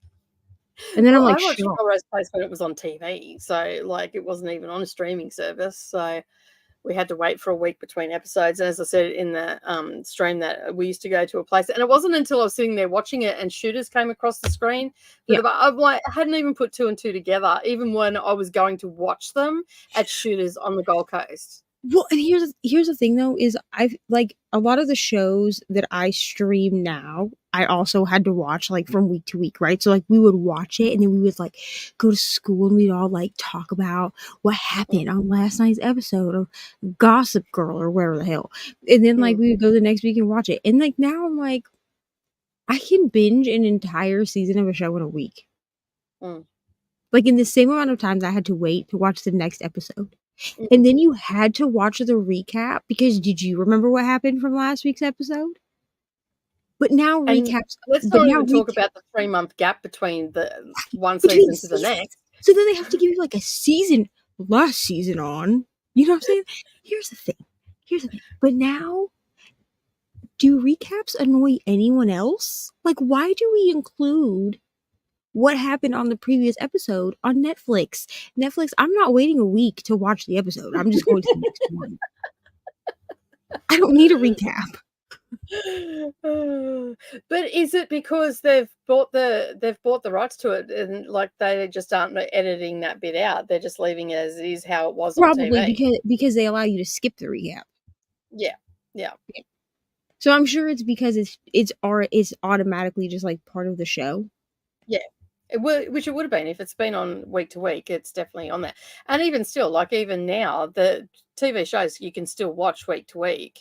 You don't have to necessarily, or you can hear. I mean, you can hear too, but who has time for that? Not me. Yeah. I don't even have time for TV. Like, if I'm watching TV, I have to binge the whole lot. Like, Jamie grew up a vegetarian. I tend to avoid fully cooked meat. If it's is bloody or still looks like the critter on the farm, I'm going back to vegetarian. Yeah. Well, those eggs will make you go back to vegetarian. That's enough to turn you vegan. Not just vegetarian. That's enough to turn you vegan. So yeah, I was vegetarian for a very long time too, up until my early 30s. My mother was vegetarian, but me, I mean, she tried to make me vegetarian, but I was never vegetarian because people would sneak me chicken nuggets and hamburgers. Thank God for those people. I didn't like my household wasn't vegetarian when I was living with my parents. It was when I left home. I got a real bad bout of food poisoning from a hamburger, and I just couldn't go near meat. It That's took fair. me nearly 16 years to get over it. So yeah, I was so sick. I try not to judge people's food. It's a different culture. There's a reason why it became a dish. Yeah. It is what it is. Filipino. Bird's nest. Filipino. Okay. Because I know in Indonesia they do the bird's nest thing too. That I don't think birds, because also in Japan they do the bird's nest soup as well. So I don't think it's as readily as available in Japan though. Ew. No, I remember this actually. Disgusting. Look, to be honest, I don't think there's plagiarism. There's only so much. Yeah, like it's not necessarily plagiarism. It's just formulas of way of writing. There have been instances of plagiarism. Okay, but the majority is not plagiarism. The majority is that there's one formula or a few formulas to follow, and everyone's just following the same formula. In all actuality, I don't think if there was as much plagiarism as people claim there is, we would hear about it a lot more. Yeah. And these authors wouldn't be being picked up by publishers for multiple books because plagiarism is plagiarism, and no one's going to touch that with a 10-foot barge pole in the publishing industry. I mean, I don't know if it'd be suicide. I don't know if I'll vlog it or not. But I am gonna read the other book. What is it called? Mm. The Last Mrs. Parrish or whatever. Mm-hmm, And I'll see. But what I want to do first though is I do want to finish this one. Just because I want this to be able to be put aside to separate it in my brain. Sorry, I just heard rumbling, and I don't know whether that was someone trying to start a car or whether it was actually thunder. I think it was thunder because it's awfully cloudy out there. That, so yeah. Apparently it's not just the formula, it actually has specific details. That's what I'm saying about. That's why I want to read both books. Yeah. And that's fair enough, because then you can make an informed judgment and you have the knowledge to have the conversation. Because there are also people that have read both books that have said that yes, the books are similar, but they don't feel that it's like a direct copy. I think it's easier to get upset about two books being similar if readers don't read very many books. This is true. If you read a few hundred books for years or even decades, quite a few of them seem similar. Yeah. Because here's the thing, like I have a few books from last year that I rated very highly that I felt like were very similar books, but there was maybe like one thing that made one of those books better than the other. Yeah. There's only so many ways you can say the same thing. That's exactly right. I'm enjoying Wheel of Time, but it does, because he took inspiration from. And that's the thing. If you're taking it might be inspired by, and and then you're following that formula or whatever. And a lot of fantasy writers, like a lot of stuff, feels like Lord of the Rings now. Because they've taken inspiration from it. Like, it's such a huge, especially when it's like an epic journey, there's a chosen one and all that sort of stuff, then it starts to feel very Lord of the Rings. If the formula works, it works. Sometimes I just want a copy and paste a book. Okay with that. That's fine. That's exactly right. Publishers also support books that are similar to successful ones. That's right. So if a story trends and your book is similar, publishers are more likely to pick it up. Very much so. Listen, we all worry about Coho, okay? Here's the thing. I'm the first one to tell you that I've given quite a few of her books 5 stars. Now, I don't know on reread if I would give those same books 5 stars or not. And I do have a couple of series that I do need to finish because I bought them. So, like, I need to finish them, well, read them, really, to decide if I'm going to get them off my shelf. So, like, when it comes to series, I at least try the first book, and then if I decide the first book is not for me, then I'll get rid of the whole series. That's the way that I deal with series. So, but at least one of those series, I bought the first 2 books on my Kindle. So I at least want to attempt to read them. She's such like a polarizing author too, because like you either really like her books or you don't like them at all. And I've had Without Merit, I didn't like that book. I think I gave it 3.5 stars or something. I just felt like our main character was pretty whiny and annoying. I did not like Never Never. That was a terrible book. I gave that shit like 1 or 2 stars. I don't remember. The rest of her book, like, they're fine. Like, if you want like toxicity, like, you just have to go into Coho knowing it's gonna be toxic. I think is the thing. Like, you need to go into Coho like you go into Magnolia Parks. It's trash. And just know that although I think that Magnolia Parks was better written than the Coho books that I've read. Yes, I would agree. I would agree with that. It's that same level of toxicity. Yeah. And I plan on finishing. And you're there for the toxicity. Like, if you're picking up those books, you're there for the toxicity. You're there for the bad relationships. You're there for the trashy men. You're there for the trashy women that are portrayed, or girls that are portrayed. That's what you're there for. that if you're picking up those books, but then like if you don't know about them, I'd question where you've been for the last 2 years, because well, and also for people that, I mean, I've had people come to me and ask me what Magnolia Parks is, which is fine. I mean, I feel like at this point, like it's pretty, like enough people have read it to know what it is. So even if you only know about the first book, that you really only need to know about the first book, because like Daisy Hates is Magnolia Parks, but from Daisy's point of view. So you get Daisy, Christian, and Julian instead of Magnolia and BJ. So it's the same story. Yeah. It's just pieces that we didn't see because we were following Magnolia and BJ. And then each of the books does that. So like books 1, 2, and 5 are Magnolia, I think. Because the 5th one is coming out later this year. And I think it's still Magnolia BJ from what I understood from reading synopses. Also, if you don't want to you sort of need another book because of the way Magnolia Parks ended. You need closure on that. And also, if you don't want spoilers, I would not read the synopsis of the 5th Magnolia Parks book. Again, I don't really care about spoilers because I'm going to forget about them anyway. That's who I am as a person. But books 2 and 4 are Daisy's point of view. Like, they're literally called, like, Daisy Hates and then Daisy Hates and the Great something. So, like, that's just how those books are written.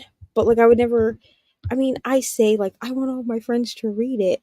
Do I expect people like Leandra to read Magnolia Parks? No. Leandra's not going to like Magnolia Parks at all. To be honest with you, I'm actually surprised that Kelsey liked it. Oh, did she? I didn't realize that she liked it. I knew that she was reading. She was going to read it. Kelsey read Magnolia Parks after I did, because I read it first, like before anybody else. And then Reni read it. And then Reni and Kelsey ended up, Reni and Kelsey ended up moving on to Daisy Hates. And I took a break from it. This was like back when the first 2 books were on Kindle Unlimited. I took a break from Daisy Hates because I started reading it and I wasn't connecting, like I didn't care. But I think that because Magnolia Parks gave me such a book hangover the first time that I read it, I tried to move on too quickly. Because then I just proceeded to just buy the entire series, because then I was like, well, I'm going to read these eventually. Yeah. But Reni, I think, is on book 3 now. So she's on the next Magnolia Parks and the Long Way Home or some crap like that. But Brittany, like when Brittany said she was DNFing it, which I think I can say now because I'm pretty sure it's in a vlog now, I wasn't surprised. Reni and Kelsey kind of acted surprised, but when she started it, I mean, yeah, I gave it to her as a book or whatever, and I was like, just try it out or whatever. But when she said that she was DNFing it and she didn't like it, I wasn't super surprised. Leandra, like if she read it, cool, like it would give us something to talk about. But if she came back and said that she enjoyed it, I would be genuinely surprised. Because I don't think it's a Leandra book. I don't think it's a Leandra book either, to be honest. I don't think I've ever seen her read or talk about anything like it. Because she mostly just reads mysteries and stuff, yeah. Yeah. Well, and also she does, so don't let Leandra fool you. Leandra reads a lot of books. Actually, one of the books that she gave me, it's called Inked, that she gave me for her reading my friend's favorite books vlog. That's a Kindle Unlimited romance book.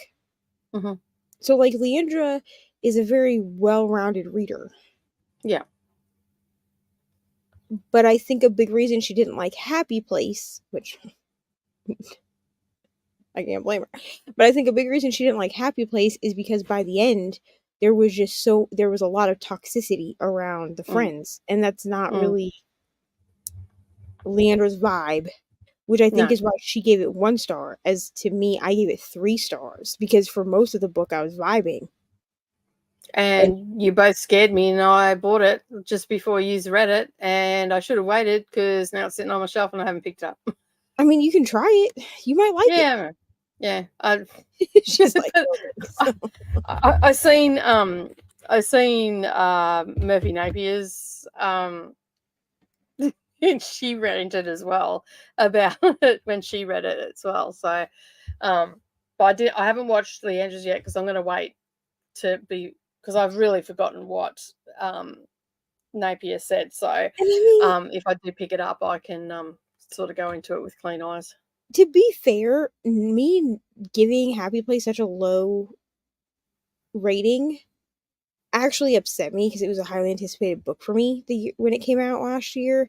Because I've liked every other Emily Henry I've ever read, which I will admit that the first Emily Henry I tried to read, I think it was People We Meet on Vacation. Yep. I DNF'd it. I was not in a romance era at the time. And then I picked up Book Lovers, which is not really romance in my opinion, but that's fine. And I loved Book Lovers. I gave that like 4.5 stars. And then I went back and reread People We Meet on Vacation. I gave it 5 stars. So like I've liked once I hit my romance era, I liked every Emily Henry that I've read, except Happy Place. Yeah. There's a pattern and law that is followed. That is it. I agree with Nicole. I often wonder why the author made the choice to include really questionable stuff. I know this one. I was just sitting there going, "I'd like to meet you, lady, and I'd like to ask you a question. Why? What made you think that was a?" Yeah, it was just like, wow. It was pretty full on. Let's put it this way: it was pretty explicit, and it was pretty full on. It wasn't even pretty full on. It was full on. I had to stop listening to my book as I realized I turned around oh no. I'm in hell. Yes. Not good. Don't get me started on stupid breaks. What Outlander.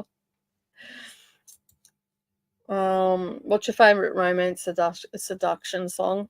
I don't know. My favorite romance song? You're gonna laugh if I tell you what it is. Like my favorite, it's like not even. It's like an anti-romance song, but there's a country song that's called "I Hate Love Songs," and one of the lines in the song is, "I hate love songs, but I love you." So basically, it's about everything that this chick hates about love songs, but how much she loves her partner. I don't know why that song makes me happy on the inside, but it does.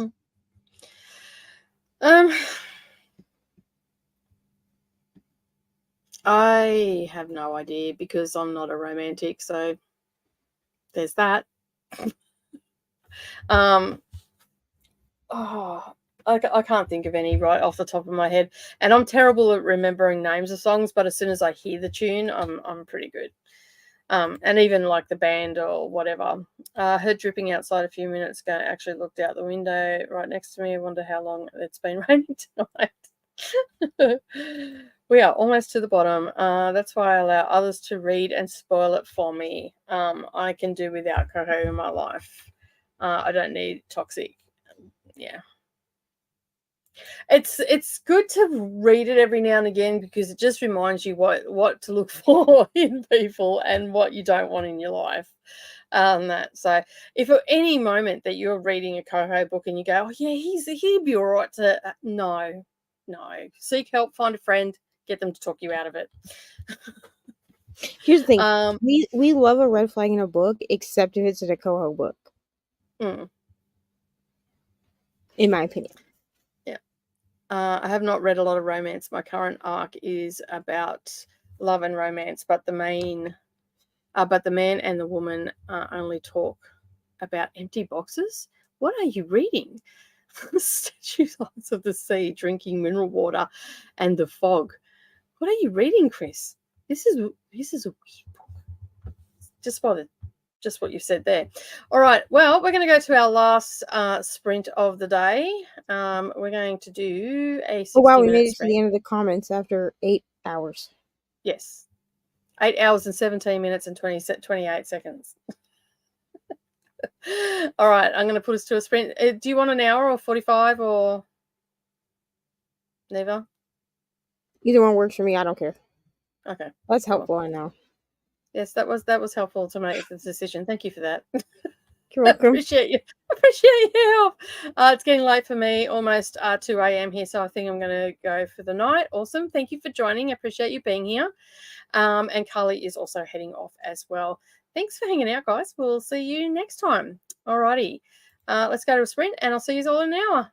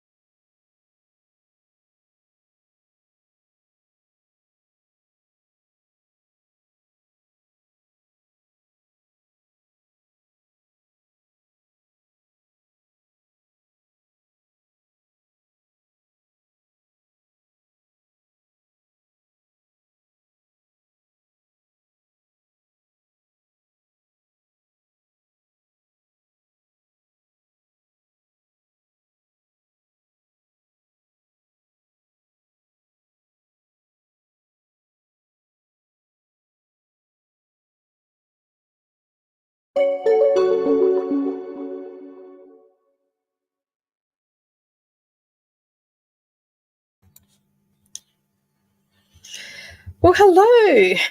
We are back. I'm having a bit of a chuckle because I watched some TV this time.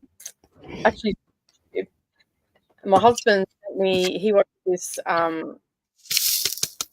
called The Spaniard. He's just a thug. Anyway, he spent most of his life in jail and all the rest of it. Now he's got a YouTube channel and he goes out to the hoods of the world and basically shows you all the rough areas. He grew up in what we call housing commission areas here in Sydney. And he's just gone and Brendan and I were talking about like where we come from and all the rest of it. Brendan comes from a really rough area as well, Geelong. Most people associate Geelong with Chopper Reed, which was one of our most notorious criminals, modern day criminals. Anyway, and I grew up, done a lot of growing up, and lived for a long time in Wollongong for about close on 12, 15 years I was there for. And he just sent me a link. This one is and he said, like, when he was in jail, every time he'd meet someone or whatever, they'd be talking about how they were like, oh, where you from Wollongong. It's just talking about, and one of the areas that mentioned was where I lived for a long time. I'm surprised that he's only mentioned these two places because they've got a lot of housing commission places in them. Berkeley and Warrawong have a lot of housing commission places, but there's places like North Wollongong as well. And then there's Rarilla, had real gang problems and all that sort of stuff. Like, it's a really rough area. And I don't think Brendan actually understood how rough it was until he watched this. And he's just like, oh my God, it's a shithole. I'm like, yeah, it is. But, it's got good beaches because it's right on the coast. So as you will see, that was the last sprint. I was just having a chuckle to myself because, it was, I thought it was funny. I didn't star. I have no idea where we're up to. Here we go. Coda says, hey, I'm still here. I got pulled into a couple of long phone calls. I hope you're feeling good and you had a nice chat with whoever you were on the phone with. Did you do any reading that sprint, Neva? No. So I got a phone call. I had to talk to AJ, and he called. Here's the thing. I love when my GM knows that I sprint on Thursdays. Like, he also knows it's a 24-hour sprint show this weekend, so he called, and I was like, hey. And instead of saying hello, he said, hey, are you sprinting?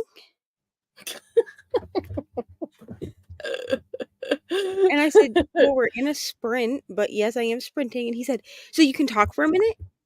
And I was like, yeah. So I just love, that we're all on the same page. Well, now I actually have to put the TV on because Neroli come out on Wednesday when I was sprinting, and she come out to me and she goes, you need to do that on the TV all the time. So I've got to put the sprints on the TV so she can see when I'm talking and when I'm not, because when they walk out, they can't actually see me because there's a bookshelf there. Yeah. So they don't know if I'm on the phone or whether I'm, sprinting or whatever. She goes, you need to have that all the time. I'm like, all the time? She goes, every sprint. She goes, at least then I can walk out of my bedroom, because when she walks out of her bedroom, it's into the lounge room so she can see the TV. So she'll be able to see if we're on a sprint so she can come out and talk to me. Or, if I'm talking, she'll wait until I go to sprint. So I've just got to have it on mute, that's all. That's funny. It'd be funny if I knew when she was coming out, because I could start trailing her out. She'd come out here. I did do another section in this diamond painting because here's the thing. I want to get this row done. So one row takes me about, one full row takes me about 2 days because I'm doing a round. Yep. But I also want to make more of a dent on that smaller square painting that I have. The problem is one row of this painting takes me 2 days. One section of that painting takes me 2 days. So why don't you alternate between the two? One day do the round one, then the next day do. That's what I've been doing, but I know that I'm not gonna get more like tomorrow. I'll pull out the other one because I want to get this row done before I go to bed so that I can pull that one out for sprints tomorrow. But I know that I'll only have the capacity to do one section every like 6 hours. Because that one section will take me like an hour and a half to do because it's squares. Yeah. Well, squares that do take longer, so. Which is like fine. I think I'm too anal when it comes to squares. You also have to remember, like I say this to people that do quilting and stuff as well. When you're doing the piece, you're on top of it. You're seeing every single flaw. You need to step away from it and look at it as if it was on the wall, or come back to it with fresh eyes. When you come back to it with fresh eyes, if you still see that mistake, then fix it. That's also true because like I do have a lot of them where like every square that I've done, by the time I'm done, I'm like, yes, I'm done with this picture. Because like the whole time that I'm doing it, I'm like, oh my gosh, this one is crooked, or like this one's not quite like it like clicks into place, but it's not quite even. But then when I like hold it up and like look at it, I couldn't actually tell you where that mistake was, or like where that one was a little off kilter. Then you need to not get fixated on the mistakes. When you start to think like that, you need to remove yourself from that painting, go for a walk, get some fresh eyes, ignore it for a bit, put it in the naughty corner for a bit, or whatever you want to do, whatever you want to call it, and then come back to it with fresh eyes.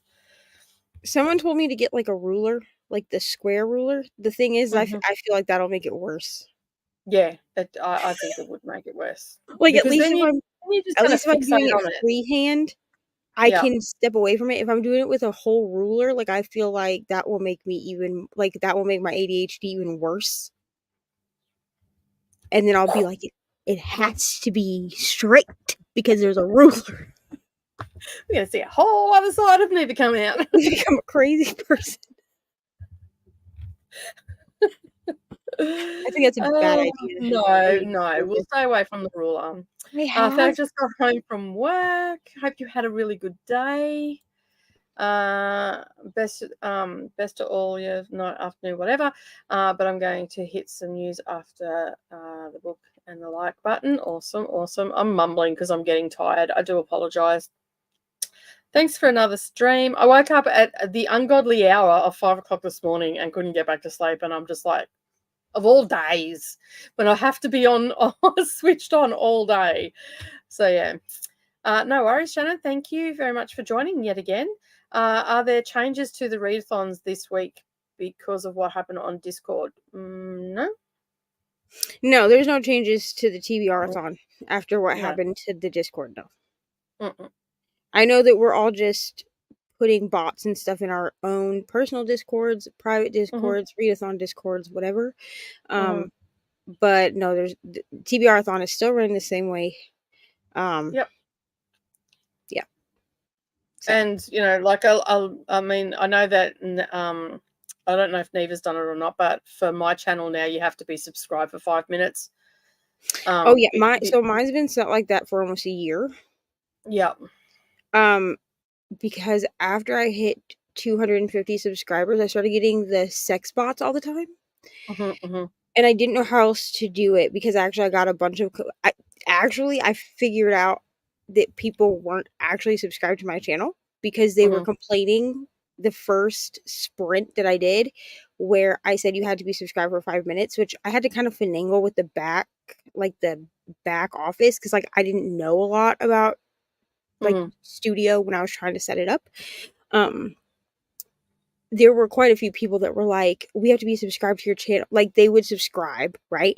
And then they would comment in the stream and be like, we have to be subscribed to your channel to comment. And I was like, I mean, I literally said on that stream, it was like a long time ago, but I was like, well, if you keep coming back for sprints, like why are you not already subscribed? That's it. Like, yeah. That's weird. Yeah. So like, you know what I mean? So yeah, I have it set where you have to be subscribed for 5 minutes in order to... I've been to some channels where it's 20 minutes. Yeah, and I think that those channels have been hit, you know what I'm saying, where they've been hit with the bots that are like what hit Leandra on Monday. Yeah. Because those were not I bots. talked Leandra didn't know you could do that, so I talked Leandra through that with Voxer. Yeah. I think what people aren't understanding, we call them bots because that's Discord speak. What Leandra got hit with were not bots. They were trolls. That were using software to spam quickly, because it was there's no way that was human. Right. What they probably did was a human being found her video, her TBR-a-thon video, found the Discord link in that video, and then used bot software to spit. Like, as quickly as those messages were popping through Discord, it was either like 100 trolls, which I don't think it was, or that one troll was using a bot software, which is two humans. Think is what happened. There was 2 humans that were doing it, because there was because they were coming into her comments on YouTube and commenting as well, which is what tells me that they were not bots. They were actually human beings. Because they were originally in the comments, and then those 2 humans were also in there because they were actually commenting for different things. But the at everyone was definitely some sort of software that they were using to, because it was ticking over quicker than a second ticks over. So TBR-a-thon hasn't changed. I know that Leandra was afraid of people leaving the readathon because it got spammed. I don't think I saw anybody saying like we're leaving the Discord. There were a lot of people that said that they were going to mute the Discord until we were able to get it cleaned up, which is fair. But I know that more than anything, it just freaked Leandra out. So, because she wasn't expecting it, and of course, and Leandra is a very soft-hearted person, so instead of being like me or Nicole, where we would just say a lot of expletives while trying to get things cleaned up, it actually like hurt Leandra's feelings a lot, and so she wasn't quite sure what to do. I think because, and when you've never experienced something like that before as well, to the graphic, like it was graphic. Yeah, the stuff that was like the things that were in that Discord. Let's put it this way: I talked to my daughter about it, and she explained to me what one of them was, and I explained it to her, and she was and I'll just say golfing, and basically she just looked at me and she goes, I don't think I'll ever look at a golf ball the same again. I went, no, you won't. And Leandra's, the biggest thing for Leandra was that there were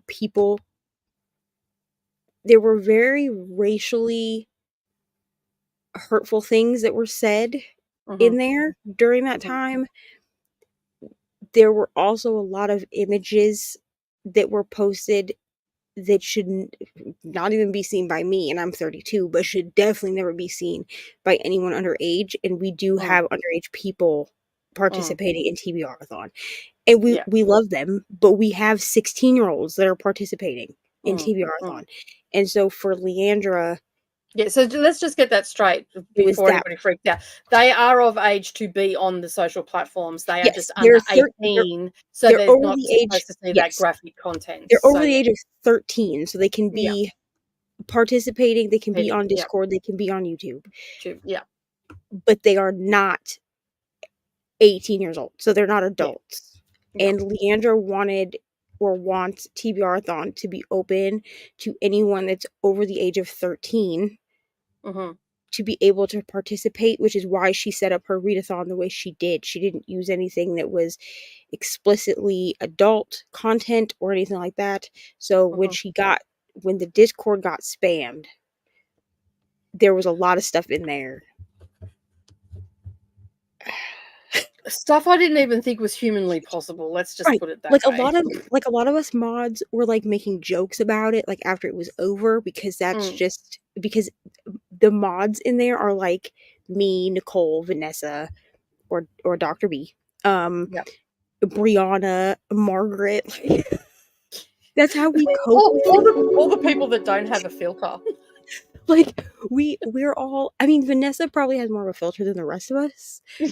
Yeah. But like, sorry, Vanessa, didn't mean to lob you into that, but yeah.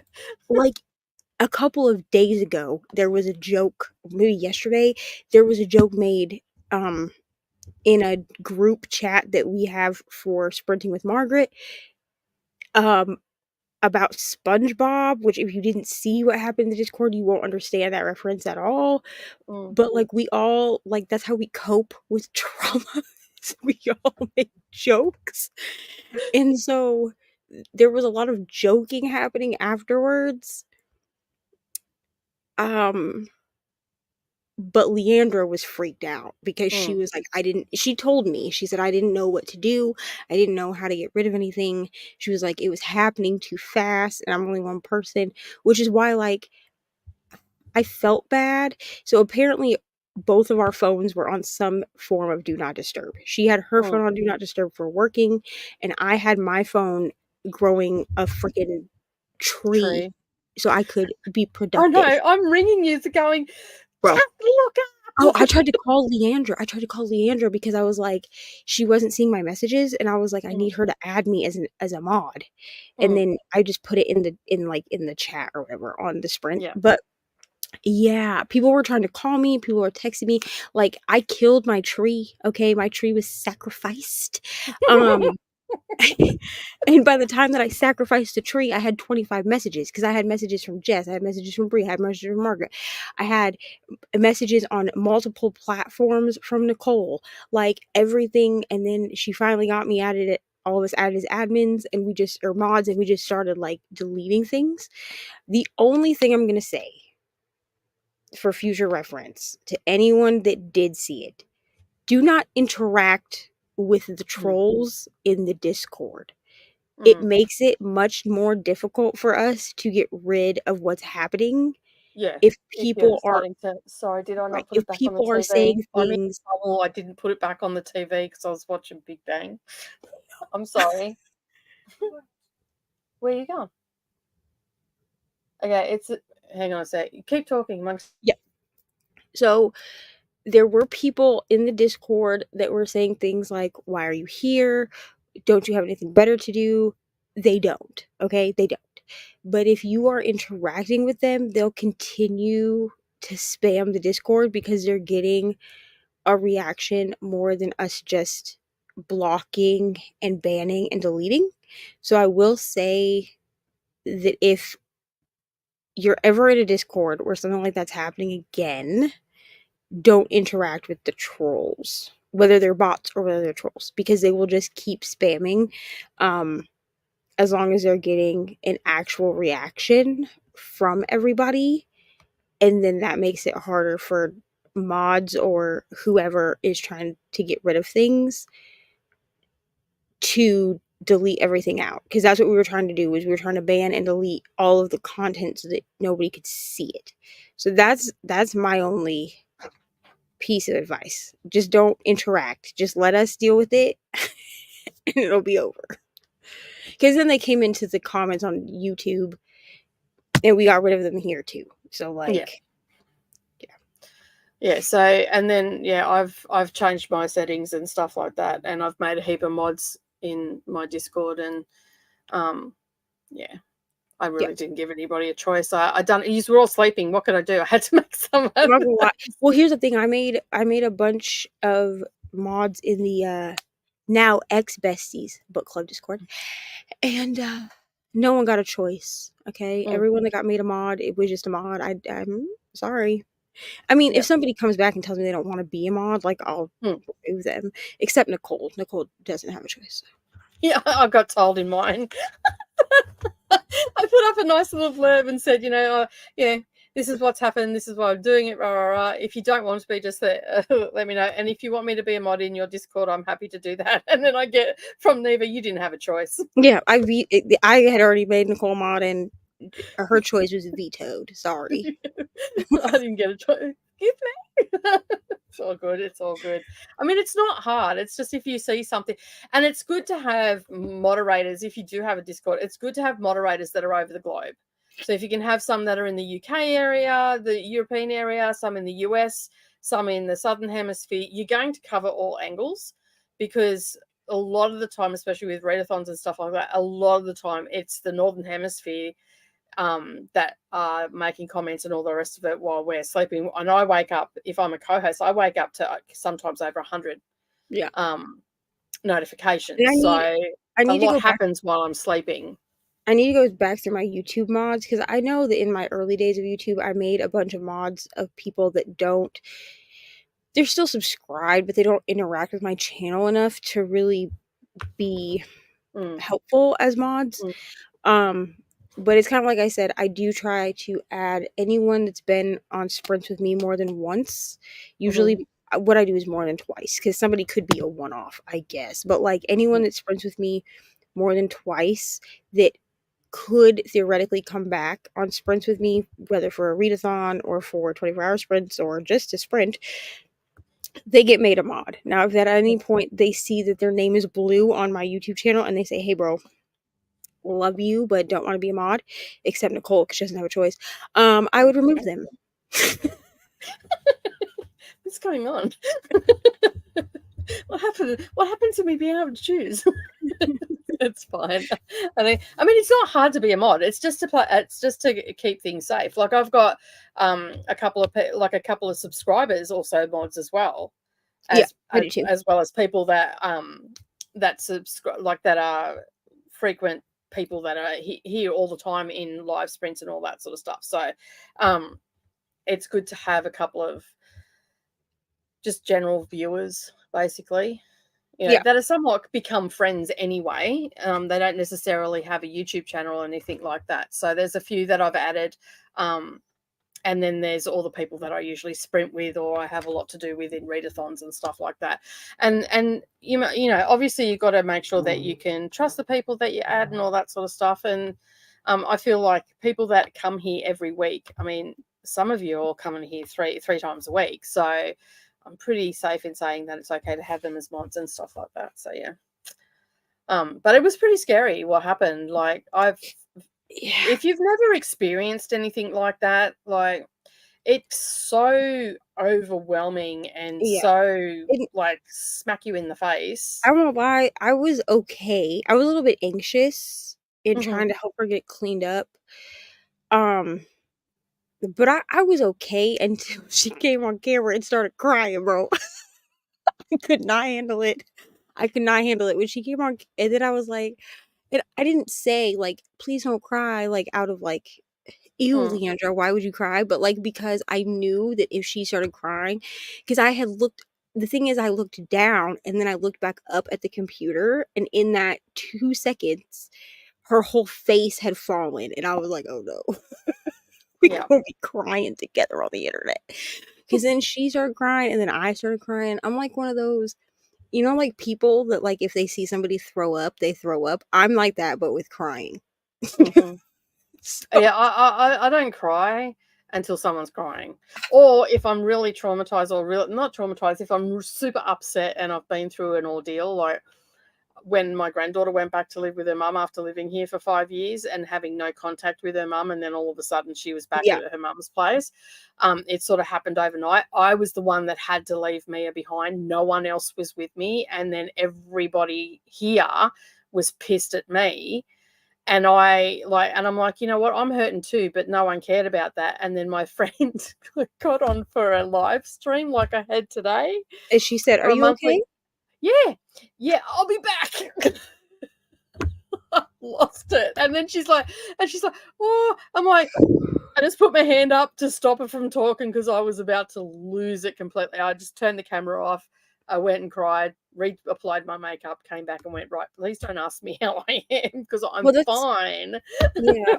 That was like November sprints. Like I was like, I'm gonna go on. It's gonna be good. It's gonna be fine. And of course, Nicole saw what transpired. I'm not gonna talk about it, but what transpired right before, because I asked her, like, please do not go live until I deal with this. And then she was like, she's like, "You ready?" And I was like, "Mm-hmm." And I'm like, no, you're And she said, not. "I'm not ready." And then I started You crying. need- And she's like, "Maybe go nip off for a nap. Go take a nap, and I got you." Cool. Okay. Yeah. Go on. So, I mean, my thing is that once the trolls made Leandra cry, okay, my oldest child syndrome came out, and I was like, "Let me out."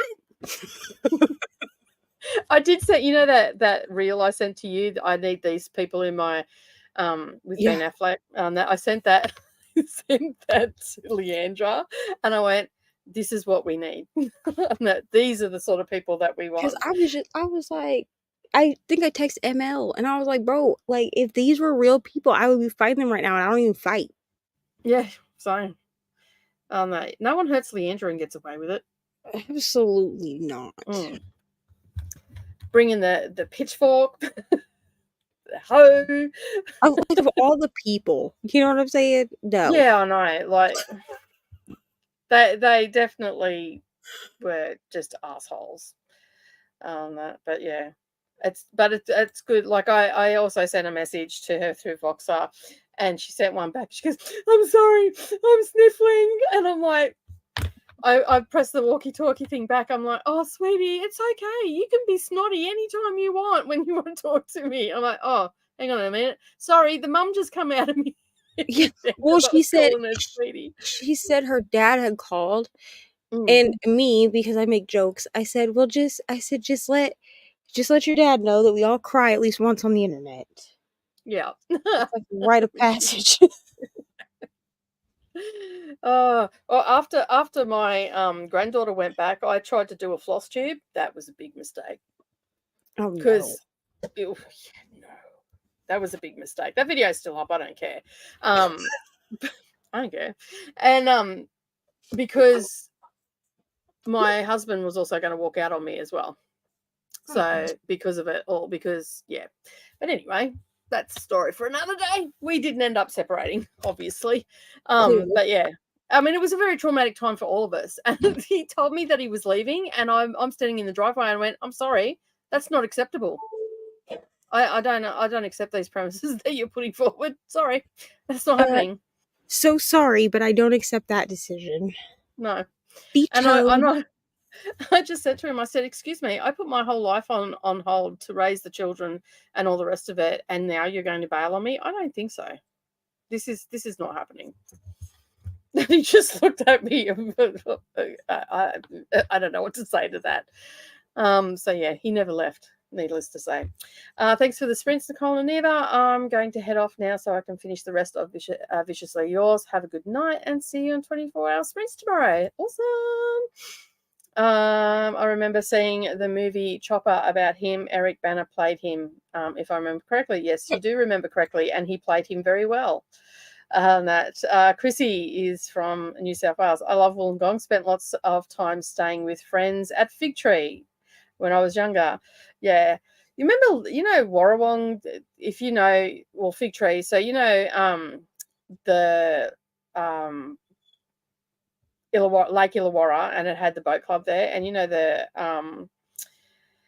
across the road from it was Legoland. That's where I lived. And this, from what I can see, that's what they're showing. And Berkeley so we've got Berkeley, Unanderra, and then there's Fig Tree up on the hill and down into Cringilla. Anyway. Fun times. Finished Possession, which was okay, probably 4 stars. Also finished another chapter of Sources of Chinese Tradition and Early Taoism. Awesome. Is it interesting? Possession was my active audiobook, so now I can start a new one. Yay! Most Likely 11 by Patricia Highsmith. Sounds interesting. Would you ever have a Patreon feature where a member for a certain amount could choose your books for the summer? Did I read that right? Would you ever have a Patreon feature where a member, so if they paid a certain amount, like, would you ever have a tier where you, like, maybe you would, like, draw a member? So I do the TBR jar at a certain tier. I don't remember which tier. I think the third tier. I think. But basically what happens is everybody, which I have to post a thing so that people can do this, but basically I'll have a post and people will comment under the, like, all my patrons that are within that tier will comment under the post, and then I'll put their book on a wheel. And then pick one up. But I don't know if I could give somebody full reign for a whole summer. Yeah, no. Because what if they pick shit books? That's a whole summer of shit books. Sorry, but people do pick shit books. Like, it's getting towards the end of the day. What can I say? I'm on a classic game show live stream channel where the owner has a requirement that you have to be subscribed to the channel for 5 weeks before you're allowed to chat. Jeez, what the hell happened to them? They want to make sure you're not a bot. Yeah. Whew, that's harsh. I thought I had some tough rules, but wow. During the first month of the Ukraine war, the live cam watching the sites went to members only, and mods could gift memberships to trusted subscribers who weren't members. Yeah. I would imagine that would have attracted a lot of traffic for trolls. Thanks for the warning about interacting with trolls. I saw people interacting and wanted to tell them to stop it, but I didn't, as I didn't want to add to the madness. Yeah, it just makes it muddy, and it makes it hard for us to differentiate between actual members of the Discord and who's trolling. I mean, considering how quick we nipped that in the bud, like, just making all of us moderators so quickly really helped to get that under control very quickly. Like, I don't even think they were expecting the level of pushback that they got. So, but they've all been like that the 2 actual humans have been banned. Yeah. So, yeah. I'm kind of glad this is all going on now, because I might wind up. Yeah, that's it. So if you at least now, and that's what Leandra and I were talking about, that at least there is a silver lining to this, because it's opened our eyes to actually, making sure that everything is a safe space and whatnot. So yeah, I'm hoping by the time I set mine up that I'll know enough about it. Yeah. Nobody deserves what happened, but Leandra is so kind that it bothered me so much, and it upset her. I was also angry that it would report the channels to do anything to help her.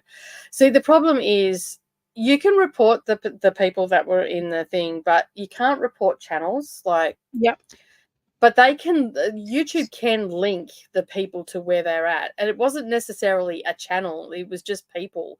There's millions of people that use it that don't have channels, so technically they're not a channel until they've got content.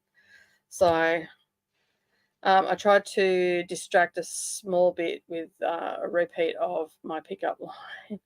But that I'm still so upset for Leandra and Eva and everybody else. It was not a fun time, that is for sure. But you're right about how we all started joking about it and all that sort of stuff. That that's, you can tell the people that have how people deal with trauma. I'm someone that will instantly go to humor. Yeah. And then I have to remind myself that not everybody goes there straight away. So yeah. Can you imagine if I chose your books, the two of you would be so depressed by the summer. Yeah, Chris, I'm probably sorry. lose the will to read ever again. No amount of Patreon money would allow me to let Chris choose my books for a summer. No, Chris, you had a bad run last year. On that, this year seems to be shaping up okay. But yeah. But I think Chris reads a lot of arcs. Like, so. Yeah. there's a lot of stuff to get through on that. So yeah. Yeah. No, Chris, you would not be picking our books, that's for sure. Especially if you gave me a recommendation to read Trespassers or Pod. Oh, dear me. All right. So 4 p.m. Eastern, you can see that along the bottom of the screen now. We've got to the end of the comments twice in the last almost 10 hours, which is absolutely fabulous. But tomorrow at 4 p.m. Eastern, Neva will be kicking off 24-hour sprints. I am next. Then there's Tina. Then there's Katie. Then Tina. Is that right? Yeah. So it's me, you, Katie, Tina, Margaret, Brianna. Yeah. Cool.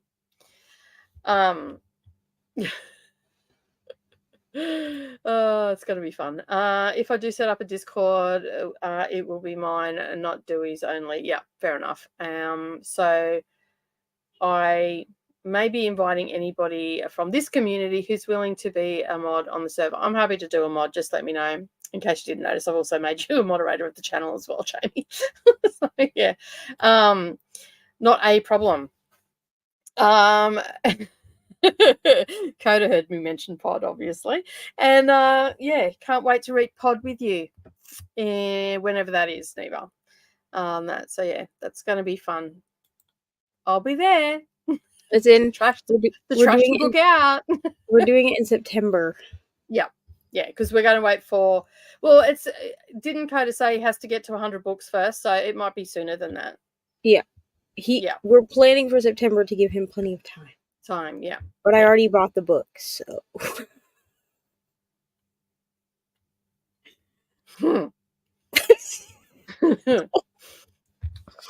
That's all I'm going to say. I'm going to laugh if me and Coda like this book. That's fine if you like it. Like, I can understand why people like it. It's just, I didn't like it.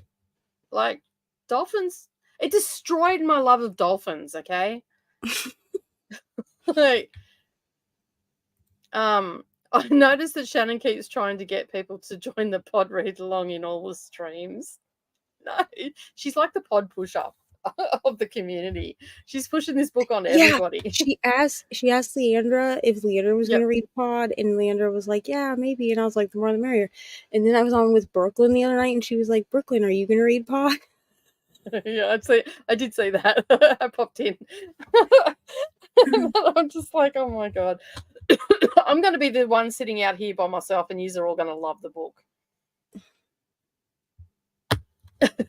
I feel like if anyone likes this book, it's going to be me. Yeah. I'm always the one that doesn't like books, because truthfully, I kind of expected Brittany to not like Icebreaker. Like, I expected to be the only one. So, like, thank God that I got ousted with someone else. You know what I'm saying? Taking someone with I'm taking you with me. Oh, dear me. But as I said to you, like, there was some funny moments through it, and you know, I appreciated the story for what it was. It just wasn't like I'm just not as the sports thing is what I think threw me. Yeah, I think. Well, see, they made it out to us like there was no hockey in this book. There's heaps of sport in it. They were making it out like sport. If you listen to the way that Kelsey and Reni describe this book, which I know that if one of them watches this back tomorrow, they just didn't want to admit it. They're gonna talk in our group chat about how much delusion is happening because they did that earlier. I was talking about this. But if you listen to the way they describe this book, they describe it as being back-to-back smut, like cringy smut scenes. Like, yeah, there were smut scenes. I don't think they were cringy. And they didn't like the limo scene, which, like, what was wrong with it? But, like, there was plenty of hockey. And plenty of ice skating. So I thought it was like the romance side of things. It was sporty. The romance side of things was okay, but it was just the sport element, and I don't do hockey. Like, I don't watch hockey. It's not a sport that's watched here. I mean, in fact, I don't do any sport. But anyway, yeah. Shannon adored Pod, and I like Coda and Neva, so I can't wait to see what they think about it. What if they don't like it? She said, even if we end up disliking it, but she bets that we'll like it. Yeah. It's fine. At this point, I've been thrown out of friend groups, so. Good night, Coda. Good night, Coda. All right. That is the final comment. We are going to finish up for the night, and we will see you all tomorrow for more madness at 4 p.m. Eastern. Have a fabulous night, everybody, and we'll see you soon. Bye.